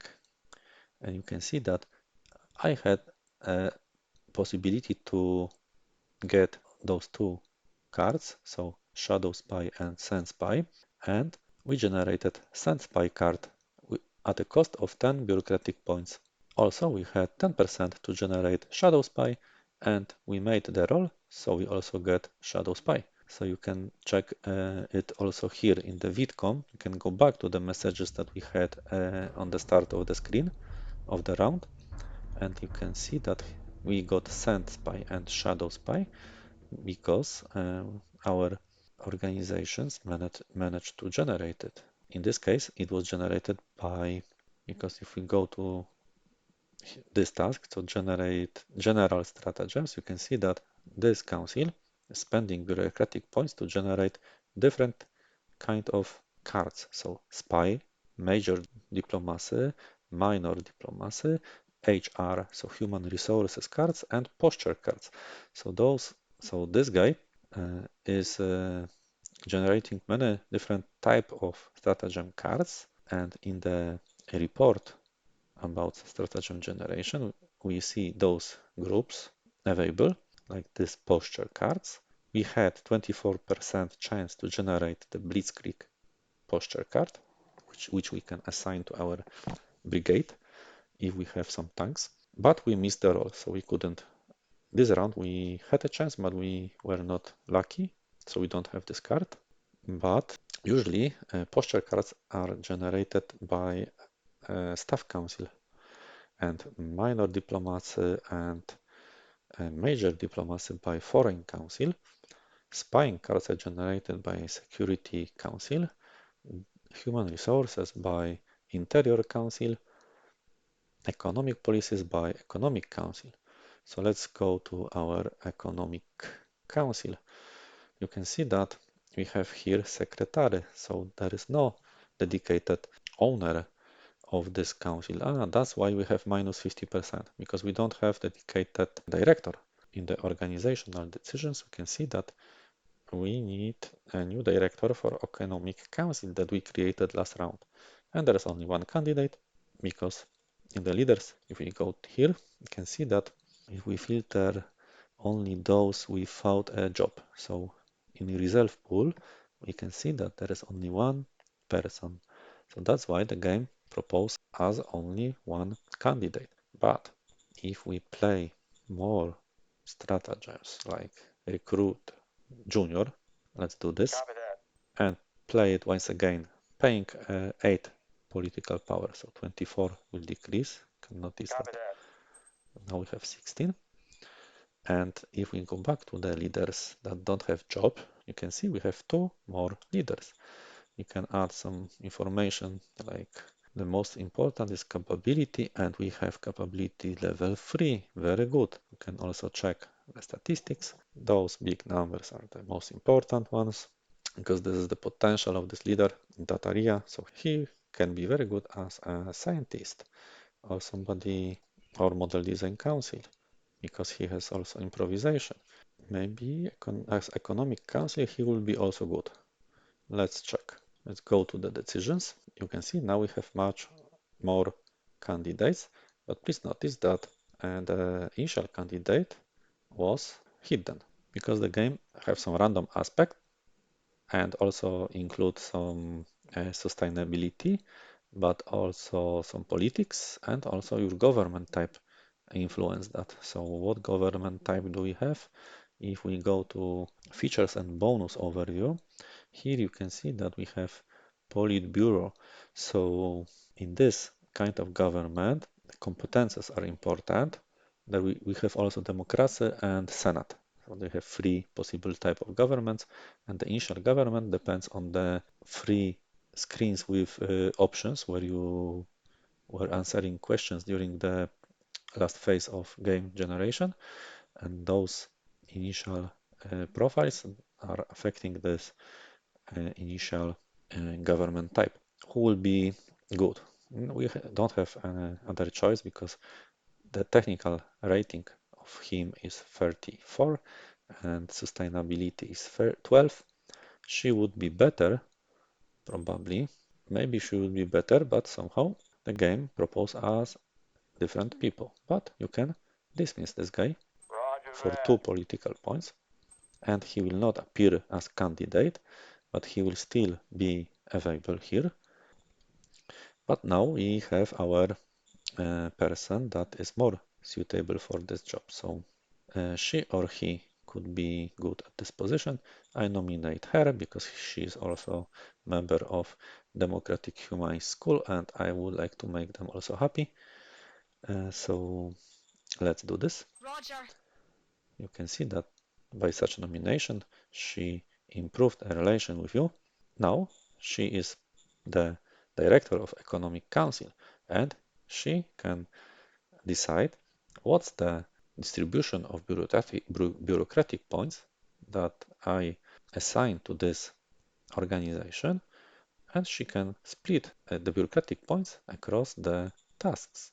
The tasks are generating different cards, but also prospecting is used to discover new resources across the map inside your zone, or the first two to discover new technologies that has this blue symbol, which means that only Economic Council can discover heavy industry, housing, vidcom broadcasting, and other technologies. But here you can see Military Research Council can discover combat armor, protection for tanks, radiation filters. So, but we don't have military council. The next one probably will be military. She is very happy, so she will be adding probably plus 50% bonus to the generated to the bureaucratic points that we assign. So very good. I would keep this as it is. So no changes. Roger. And then we have some decision. Okay, so it looks like some other regime. We can check what is this well crest bound. Those guys. So there is some here. You can see that we have a border with them, and there are well crest bound, and there is some dissatisfaction inside that regime, and we need to read this text, and we can help them or ignore them. And usually the decision depends on the relation changes across your leaders and the changes to the profiles, the cost of this, and also if you would like to improve relation with that regime or not. So in my case, I would go with increase to the feast and government because I don't want to pay 250 credits to make them happy. And the loss of happiness is quite minimal. So let's see. Copy that. Okay. And another decision, national budget. So this is also very important because the more organizations you will have, the more you will need to split your tiny budget across new organizations. So currently I have only two, so I could give equally to all of them. But let's say I would like to keep more for Supreme Command Council because I need this guy to generate political power and any other cards until we have more councils, but also they should have something. So if I increase him the amount of bureaucratic points, the council will be happy, but if I decrease, the council will be unhappy. So please also consider the relation with your directors. So if I confirm, you can see that only 1 point of relation decrease, so very good. Okay, we did the bureaucratic stuff. So if we go to the Empire dashboard, you can see that we are increasing the amount of bureaucratic points, increasing the political points, we are increasing the credits because you remember we have found the credits, so we are rich currently. And here you can see what tasks are receiving how many bureaucratic points, but this percentage is global, so it's 8% from the overall number of bureaucratic points. But this council is receiving 65%, so 104 bureaucratic points, and Economic Council 35%, so 51 bureaucratic points. And then the percentage that we defined inside the Economic Council is splitting only this 51. You can see that everything is split equally except of research because we have chosen no research. And then those points are automatically redirected to the discovery. That's why we are not losing those 8 points. But let's fix that. We don't want to have no research. We can call our director. Standing by. And we can change the priorities. Roger. For example, if you would like to allocate different amount of bureaucratic points, but I don't want to do Roger. this. Or Standing we by. can research something, Roger. but there is nothing to research because we didn't discover anything. Because if you discover something, there will be yellow color of the technology. Only yellow discovered technologies can be researched. We need to wait. But we have units and we can move and extend our borders because if we go to our zone, you can see that here the danger diminished a bit by 1 point, so not too much, but we need to move and extend the borders. Remember, we need this hexberg. So let's move using our units. Let's switch to the units view to see better what is going on. And we have this hex, and next round we will have benefits of it. So if we switch to assets and to the one hex mode, we will have next round plus 30 industrial points to our industrial points. And you can use them to construct new assets or armies. Please notice that when I move, dots on the top will change to the white because I make a move by one hex. So they lost the green status, which means that they didn't move and didn't spend any action points. And I spent, and each hex you will see the number of dots is decreasing and also the number of action points is decreasing. So now I can only move here because the cost is 25, as you can see on the bottom, but moving to the mountains will cost 70 action points because if we click on the mountain hex, hover here, you can see that infantry on the bottom, the move type, action point cost for a foot movement inside mountains is 60 action points. I have only 25, so I cannot even enter this hex. Next round, I will be able to enter this hex, but that will be all, because high mountains are very hard to cross. So let's move more units. There are no enemies here, and we are easily crossing our... You can see that the border now didn't expand. So here is no expansion of the border, and here it means that probably this hex is in a zone of control of enemy unit that can be here, here, or here. We expect they are here, so let's check. Of course they are here, but we don't know who they are. We know more or less how many units they have, but we don't know who they are. Suspicious. But why we don't know? Because we don't have enough recon points. We need to have minimum 62 for this hex to know minimum information about those units. Regarding units, those are units and those here are subunits. So we have 2 subunits of machine guns and 8 subunits of troops, because each subunit is 100 people. And for the vehicles or an equipment, each subunit is 10 pieces of equipment. So 5 subunits of artillery means 50 howitzers. So we can move them a bit closer. And those numbers means that we pay additional action points by entering this hex, because this round we have taken this land and it's a bit of an unknown land, so it's more expensive. You can see also here, but this will disappear next round. So what is happening here? We have some militia units. So why they are waiting and doing nothing? Probably there will be some fight. Please notice that this unit can move by 2 hexes, or I can go to the map orders and give a strategic movement order, and now using the road system I can move much longer distance. I cannot move here because this is newly conquered hex, but usually you can even travel across the whole map as long as this road have enough logistical points.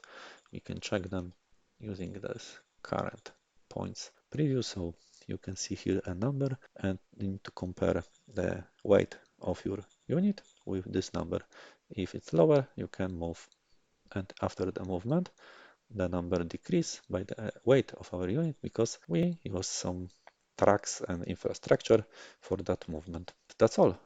We cannot move our SHQ because we don't have another city, but if we would have another city, I can also move our SHQ using the strategic movement. So same as any other unit, but this unit don't have their own action points, so you can only use strategic movement to move them.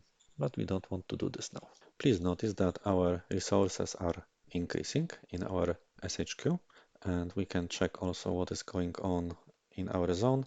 Usually if you see some yellow or red numbers, it should bring your attention, and then you should go to the manage assets and check.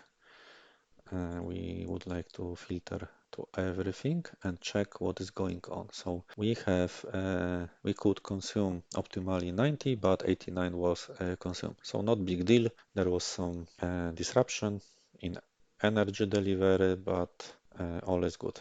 You can click also on this twice and you can see here much more information. Usually there is also some information that there was governor influence on the production, and if there was some problem like here, you can see that good temperature, energy rebate, -1 energy consumed. So you can see that the temperature has some impact on the asset. So where I can check the temperature, and let's find the asset. So the asset is here, so in this hex, and here you can see the temperature is 3 degrees, so it's quite cold. You can see this here is even snow, So probably it's a bit too cold in our area. You can also go to the map, and here there is hidden tab stats, and here you can go to the temperature, and you can see that we are in a quite cold area. And here on the top, they have really hot area. So it looks like our planet, the more to the center of the planet, the more crazy temperatures will be. So that's why the life zone is mainly on the north and south parts of the planet.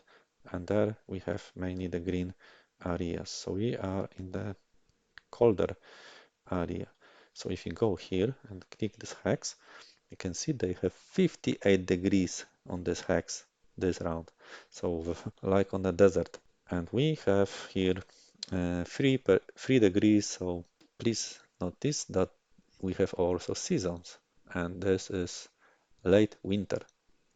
Seasons you can check also in the reports help. In the geology, we can see what are the seasons in our planet, and we have late winter, so we'll into late winter in the Antarctic climate, so this is our area, -3. So we might expect that it can be even lower, but in tropic 66, and it can increase even to 71. So here you can also read how the seasons are affecting specific parts of our planet regarding to the climate. Okay, let's play next round. Round 3.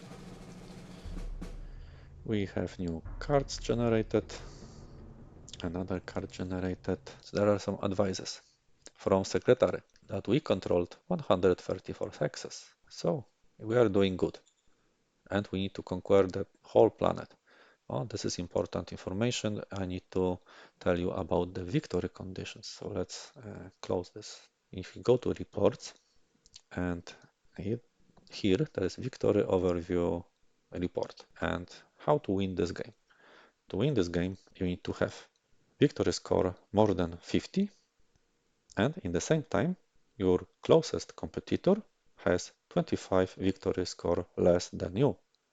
So I could win this game if I would have, for example, 60 victory points, so more than 50, and the closest competitor would have 35. But currently, I am on second place, Space Wolf, and I have 5.8 victory points, and those points are from the percentage of population of the planet and the amount of hexes. So the area that I own is 3.2% of the planet. So by increasing and expanding your territory, you increase this column, and by growing your population, you increase this number. And by losing battles, and if soldiers are dying, they are also your population, so you will decrease this number. So you know how to increase population. Population, the best way to increase is to grab the hexes where we have free folk towns. So here I have 38,000 population. That is not part of my population, but they can be, because if you go to the zone, you can see that this round the population increased. Here is the tab for population by 2,200 people, and here is a nice explanation why. And you can see that the luxury private economy attract 200 extra free folks. Also, population increased by 2,400 due to free folk migration, but there were also some movements, like some people went to the recruits. So here you can see that we increased recruits by 700, but of course they are not from nothing, they are from our population. But overall, you can see that free folks are migrating to your zone cities and increasing your population. So you would like to really have and keep for yourself the hex perks like free folk towns. So you can see here another one. If I click assets, you can see that not only they have free folk town here. No, there is no free folk town. There is only hex perk, because hex perks, they are similar like free folk towns, but for example here we have both town and perk. Here only town, but here only hex perk. And this is a viewpoint that is increasing loyalty in our zone. So also something interesting, because in our zone here, there is happiness 83 and their loyalty is 80. Maximum is 100. Usually is good to keep it high, because and the more you can recruit, and the less they will cause problems in case of unrest. Let's move our artillery. Move our units. You can see here enemy appeared, and we need to secure. We can attack from those directions where we see the arrows, but I don't want to attack. You can see I moved and they appeared. So I increased the amount of recon in that hex, so I know more or less who they are. I need to switch here, and I see that there is about 9 subunits of enemy forces, and I can click here and see that they are rifle militia. And here you can see some statistics, so their defense and hit points, because hit points is defense, their attack for soft targets and hard targets, how much ammunition they consume each round of the combat, how many food they consume, and the weight over the logistical network, the weight over if they are carried by trucks or any transportation units, and how much recon points they give for each subunit. Also, this is the type of movement that we can check in this table. So foot movement cost. So let's move it here to grab also the free folk town and do not let them control it. So it's our property now, 11,000 people on our side, but I would like to have also this one, 46,000 people. So this game is fight for people also. The more people you have, the more close to the victory you are. We can move this unit here, because our units need to be in the range of HQ. So here you can see that the headquarter power is 100%. The range is very big, so also this unit has 100% of headquarter power, so no problem to move longer distance. And finally, you can see I don't need to enter this hex, because my zone of control extended the border, and this is currently our zone. So we have this hex perk. Those yellow numbers are geographical names, so if you hover, you can see that the zone name is Driftvale, but the area name is Horn Prairie. So this is the area name. It's to have better orientation, which part of the map we are talking about. We can extend more. You can see that in general it's quite empty starting area. Here I can grab this. So another heal well. So we can have free water from this hex. So very good. And another hex perk visible. Why I can see so long distance? Because if you go to those motorcycles, they give 10 recon points for each subunit. So all of them, for example, for this hex, increased the recon to 72 points. So, and the recon is decreasing. And here we have 1 recon, but we can see this location. If I would move by infantry, I would only see to this hex. Recon units are very useful. And one important note regarding free folk towns, if you expand your border and you have fresh new free folk town inside your zone, then next round, usually your scouts will find a discovery. So you remember this 900 credits we found? This is because we added free folk to our regime, and we can find there not only credits, but sometimes some resources or even some equipment. Please notice that our unit has here a black rectangle, and this unit has green rectangle. What does it mean? It means that this unit has problems with supply. If we click on the unit, here on the bottom there is a supply received button. If we click, we can see more details. On the top is what we received versus what we requested. So we can see that we received 0 and we requested fuel and food, but we couldn't get anything. And on the bottom, you can see what is the current stock of this unit for the supplies. So we have some fuel to move, but we completely have no food.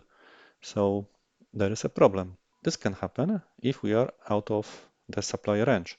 So if you go to the map layers bar, here on the bottom, there is show operational logistic layer. And now you can see there are some colors visible on the map, which are representing how good is supply on that hex. So the green provides you 100% of supply, the red provides you only food, so you don't want to stay on the black. And this is what happened. We could not fully supply our unit. Please notice that this unit also will be out of supply next round. To provide supply to our units, we need to build a road, and the supply goes to the units from our SHQ. So this food and this ammo and this fuel is sent from that unit through roads to our units, and the units can have only limited range from which they can pick up the supplies. If we go to the used points preview, you can see that those dotted lines means that the unit at the start of this round was here, and we had some partial supply. That's why this rectangle is blue. It means that we had no full supply. Such unit, if we click on the readiness, you can see that they are hungry. And after some point, the unit will be starving, and then they can even start dying. So let's build a road. To build a road, we need to select hex and use the map orders mode, which is located here, construct road. We can click this option to see type of roads or even rails that we could use, but also you can right click and then the same order mode will appear when we use right click. This is very convenient because we don't need to look for this menu on the right side, but we have always accessible under our right mouse button. So right click on this hex and you can access construct road. Also, we can use the short key, so R. If we click on the keyboard R, we immediately see the construct road screen. So let's select the basic road and something happened. There's a message, no connection to SHQ found. So you cannot build a road from nowhere. You need to start your construction from existing road that has connection with your SHQ. So for example, from here. Now the arrow shows us how long the road can be and what will be the path of this road. So in this case, the road will be built exactly as shown by this arrow. So right click to confirm, not left, but right click. And we can see we have nice road leading here. And next round, we see how this affect the operational logistic of our units. So let's play next round. There is round 4. We have a message that we have discovered a metal deposit. And here is a name of the zone and the coordinates of the hex where it happened. Very important information. Another information, because this is a period of time, we have new cards generated. And let's check if our road helped our units. You can see that the green area extended a lot, and now all of our units are covered by the green color, so they have 100% of supply. And if we click on this unit, you can see this number 100. It means that all requested resources were delivered. And this unit is in the yellow area, but still this unit asks only for food and receive food. So this unit is fully supplied even in the yellow area, but this unit asks only for food. And food can be delivered up to the red area, so up to here. You can also check from where your units are getting resources. If you click on the used points map layer, you can see that dotted arrows, and each unit is using their own operational logistic to get the supply from the nearest part of the road.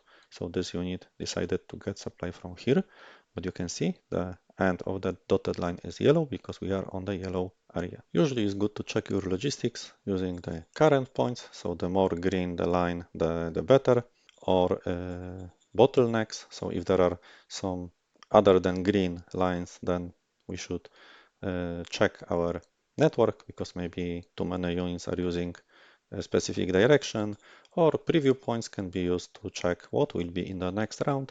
But for that, please watch my video about logistics. Let's keep the current points and the show operational logistics on. One information that the two buttons history and vidcom are always available, so you can go back to what was presented during the start of the round and you don't lose this information. And also history, you can go and play each round of enemy forces and observe where they were moving, because this hex is showing that something is moving here. If there will be any battles, you can also jump between battles and check details. So, and we can go back using the map button. Very useful, you don't lose this information. So we can see that here are some problems. Probably we have not enough units to fight with two minor regimes. You have only one brigade. So let's create some units. The place where we create is important because it should be somewhere where we have many logistical points, and the most we have in the city center. So this will be the place, the hex where we start building our new units. Already we have a militia, so we can right click, select move and go north. And here we will build another unit. So go back to the orders bar and rise formation. This is the order to create new formations. And very quickly, if you have selected here corps, switch to brigade. So now the cost is more reasonable and you can see how many percentage of the unit you can cover. And if you can cover more than 50%, you can create the unit, and then the missing parts will be delivered using the replenish troops option in the next rounds. But there are two type of units we can create. Independent units. So this is one single, you can see here, one single unit, and we have as many types as type of units that we have in our empire. So if you go to the manage and there is another button here, type, here you can see what type of units you already have. So the green ones. So your model design council can discover the gray elements and convert them to green, and then such units will appear here as independent units. So I can create artillery, but please also notice that you can create artillery that is motorized, so they will move much faster and they need additional tracks. So if you have such option, I recommend choosing the motorized artillery. And there are some tabs. So here we can add additional recon buggies, but what we really want is the normal brigade. So the unit that has also the special unit where our commander can be assigned. So units with a commander are stronger. So with that option, we can create the whole brigade or corps, but usually on small maps you need only brigades. And you can see mostly I can cover the costs except of the motorized infantry brigade, which is quite expensive. You can click and check what is missing. So you can see that we are missing recruits because the first number is what is required and the second what we have. So we have only less than half of recruits. Also, we don't have enough industrial points. So here you can see what is missing. So let's start with machine gun infantry brigade, because machine gun will be, this brigade will be better for defense and this is better for offense. But I will select this one. Here you can decide if you can use units from your SHQ, but we don't have any, but I can show you how it works. So go back. We can use the replenish troops option to create some units in case of losses. So I would like to create, for example, 5 subunits of our soldiers, so 500 people.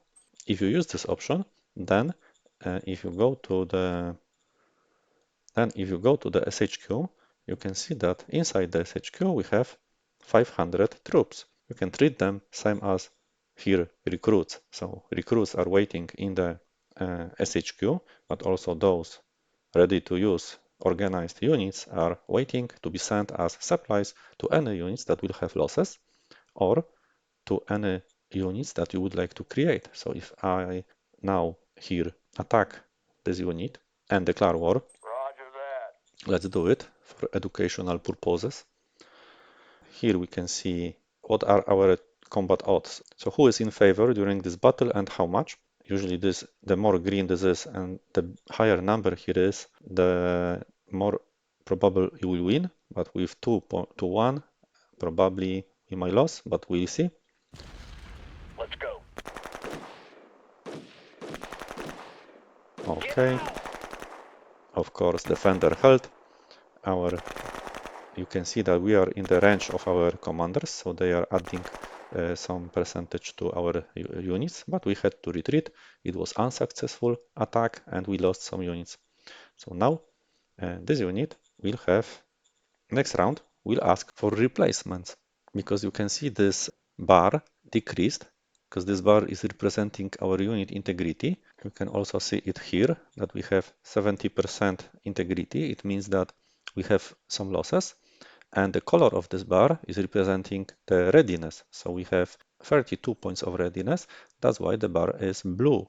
Please notice that if you move units, also they are decreasing the readiness. And now this bar changed to yellow because the colors are similar like here on the operational logistics. So green is 100% of readiness, and for each 20% of loss, we have colors yellow, blue, and red. So please observe the color of this bar on the bottom, and it will reflect the readiness of your unit. And the length of this bar will represent unit integrity, so how many units is left compared to the optimal number. So the optimal number is 10, we left 7, so 30% is lost. Let's play next round. Okay, we are in next round, and you can see that this unit now restored the strength to 10 because the unit asked for 300 replacements and it got 300 replacements. From where? From SHQ through this road. So you can see if we switch to the used points, you can see that here there is much more used points on this road because we had to send this around supplies and units to replace losses. So that's why we used a lot of our logistical points over this road. And in the SHQ, we have only 200 troops left and we had 500. So those troops that you hire in SHQ can be used for replacing losses. So let's do another attack using the same unit. Now the odds are worse, so we may expect also failure. You can see the readiness change color to red. So actually we have 14 points of readiness, and readiness is a very important factor during the battle. So you should attack with anything that is other than green. And I did that attack to show you that if now we go to replenish troops, the game will show us here two numbers. One is how many units of that type we have in SHQ and how many we need. So let's perform another attack. Let's go. Also for educational purposes, we have heavy losses. And you can see how much the bar showing our integrity dropped. We have half of the unit integrity probably, even more, 30%. So we lost 70% of our units and we have very low readiness. So this unit is very weak currently. But we did it to show you something that if now I go to replenish troops, here you can see this number is bigger. So we need now 800 troops to replenish all the losses, but we have only 200. So it means that I need to hire more recruits, maybe even 1,500. Why not? So let's do this. The recruits are consuming the number of recruits that we have in our SHQ. So now, if we go to SHQ, we have here 1,700 troops. So 17 subunits of troops. And if now I will try to also rise a formation in the hex where we have SHQ and this formation with operational headquarters. And now we can see this percentage is lower from some reason. We can check why. We don't have enough recruits. But if we will use units that are in the SHQ and their quality, you need to also select which quality of units you would like to include, because this is the amount of experience the units have. Because the quality is represented by the color of this experience number, and you can see that they are green. Also, if you click on the unit, you can see here that they are green. So this is the first level of experience. So when we rise a formation infantry and we use SHQ troops, we select green, regular or more experienced units. And now we can see here number. If you don't select this option, here is 0 from 1700 possible. But if I select the green units and all green units are in SHQ available, so all of them now will be used, I can cover fully all needs of that brigade. 100% troops and items and logistics. Logistics is also very important, but I need 0 because I build this unit inside the SHQ hex. If I would build this unit here, you can see now only 11% because I need 660 logistical points on this hex and I have only 70. If we go to the current points, you can see that we have 70 current points available. So if you want to rise heavy formations outside your SHQ, you need to have good logistics. So let's rise the formation, infantry with SHQ troops, rise. And now you can see here we have 5 battalions of infantry and their command unit. So operational headquarters. This is second light infantry brigade. We cannot move them this round, but next round we will be able to move them. And if we go to SHQ, you can see that there is no replacements because we used all of them for creating this new unit. So now I need to go to replenish troops and you can see still I need 800. So I need to provide 800, but I cannot. I can only provide 2 subunits because I have no more recruits. That's why you can see we used all recruits that were available in SHQ. Next round, maybe we'll get up to 1000 because this is what we asked our governor to deliver. So let's also attack using here militia units. This unit has also artillery, so if we right click on enemy, another war for educational purposes, you can switch to the range attack. And now from the top you can select range attack units and bombard them using the artillery. So we are safe, they are not. Usually artillery don't have many kills. I'm surprised they did any kill. But artillery is to soften them, so reduce their readiness and their entrenchment. So if we check them, they have 10 entrenchment. Now our units will have much more probability for win. But militia is weak because militia is usually 2 times weaker than the regular units. So this unit has much higher probability to have good result. And you can see the symbol. It means that artillery performed an range attack on this hex. We have another decision. We cannot play around if there are important decisions left, and policy speech is very important decision. Also, we should take into consideration which profile we would like to evolve. In our case, maybe feast or mind. Please notice that now we have different colors here. So this green profile is trying to decrease mind. So they are fighting with each other.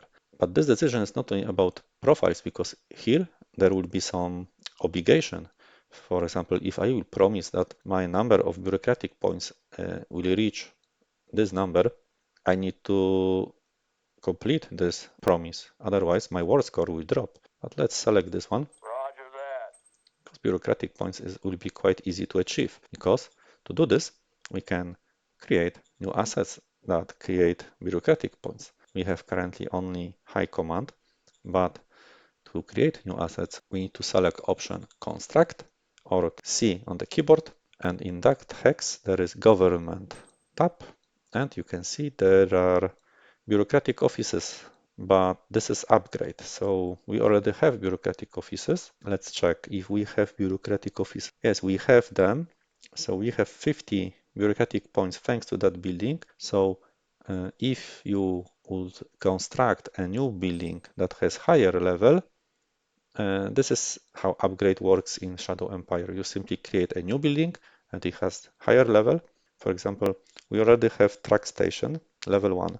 If now I will construct track station level 2, you can see here details. So let's create track station level 2. So from game perspective, we still have this level 1, but there is a construction of new building with level 2, and when they finish the construction, this building will replace that building. So because during the construction we still can use the building on level 1. Please notice that this building, the level 1 produce 800 track points and level 2400. So the current points that you saw on our road will be much higher if we upgrade our track station, which I recommend, because currently the game try to split all. If we go to initial points, you can see this is 800 split it into multiple directions, also on the crossroads. And if we will have 2400, it will be much easier to supply much bigger army. Also, you can build assets outside your city. For example, if I would like to extract this resource, so here you can see we have rare metals, and if we switch only to the hex, rare metals and even a water. Water is here because we have snow, but here you can see it's also snow, because if we disable this layer, it's more visible. It's snow, but here we have metal. With snow, you need to be careful because in summer we might have less hexes with snow. So please build a water extraction from snow in the hexes where you always have snow. But we might extract rare metals. So also we need to select this hex, click the construct, and now mining, and now we can build. The game shows us what we can build in that hex and what we cannot, and why. We need rare metals mining facility. But one important information that this cost, so machines, workers, metal, and industrial points, is for each round of production, and we have 2 rounds. So you need to always multiply this cost by the amount of rounds. New players miss that information. They think that this is the final cost. No, this is the cost per each round of the production, and we'll have 2 rounds of production. And this is, if we will build this building, it will consume 20 energy and will require 1100 workers. It will produce to our zone items 75 rare metals, and then the zone, if don't need them, will send them back to the SHQ. So let's construct, and here you can see pending construction, 2 turns left, if we are able to assure that during those 2 rounds we can provide 100% of supplies. So let's play next round to see this. Okay, we are in next round, and you can see that still 2 rounds left. Why?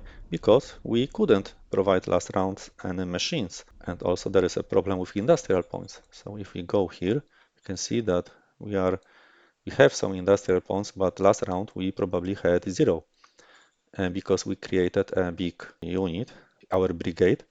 We can see new recruits, but we don't have machines. So to have machines, you have 2 options. You can use the trade option, and you can buy or sell. We need to buy something, and we need to buy machines. We need, how many machines we need? We need 2 machines, because 1 machine per each round of construction. So we need to buy 2 machines. Usually they are quite expensive. Please notice only 3 were available on the market, so we can buy them. But if you don't have money, you can also use your workshop to produce not only ammunition, but also here you can produce machines. But you need to pay using metal and rare metal and in industrial points. So decision to you. And this is how it works. Here you can see that that probably because we also have pending a construction of track station, which used 106 industrial points. So this is why we couldn't deliver here or required industrial points, because we have 2 constructions currently. You can check them. If you go to report construction overview, you can see here all constructions, what was the last progress and how many turns is remaining. Also, you can click and the map center in that hex where we have the construction. Okay, I think this is enough to let you start with this game. Please remember, in preferences you have autosave option, so use it, but don't save scam, because it will destroy the fun from the game. Use it only if you are learning and you would like to check something, or there is a terrible mistake and you are in turn 50 and you are a new player, you can go back a few turns, but don't save scam. I recommend watching the whole intro to this game to have better context of the game world and of the history and its nice introduction, and we'll let you roleplay the game on another level, so watch it to the end. And here you can see how the game looks like with mods that I am using. I am using two mods. One for changing colors of the UI. You can choose different colors like green, red. I have this olive one. This is Eddy Vegas UI mode, and the links are in the description. And for the terrain, that is looking much better, Mroyer terrain mode 3.4 dark water, because there is also a version with light water, and I recommend those two modes. There are also other mods that are changing the images for stratagem cards to more colorful and artistic, or the vidcom messages, but I stay with the classic ones, especially that the recent patch introduced new images for the vidcom messages, and also upcoming changes will improve the in-game images, but many people really like the colorful stratagems. You can expect images like here, so much more colorful ones.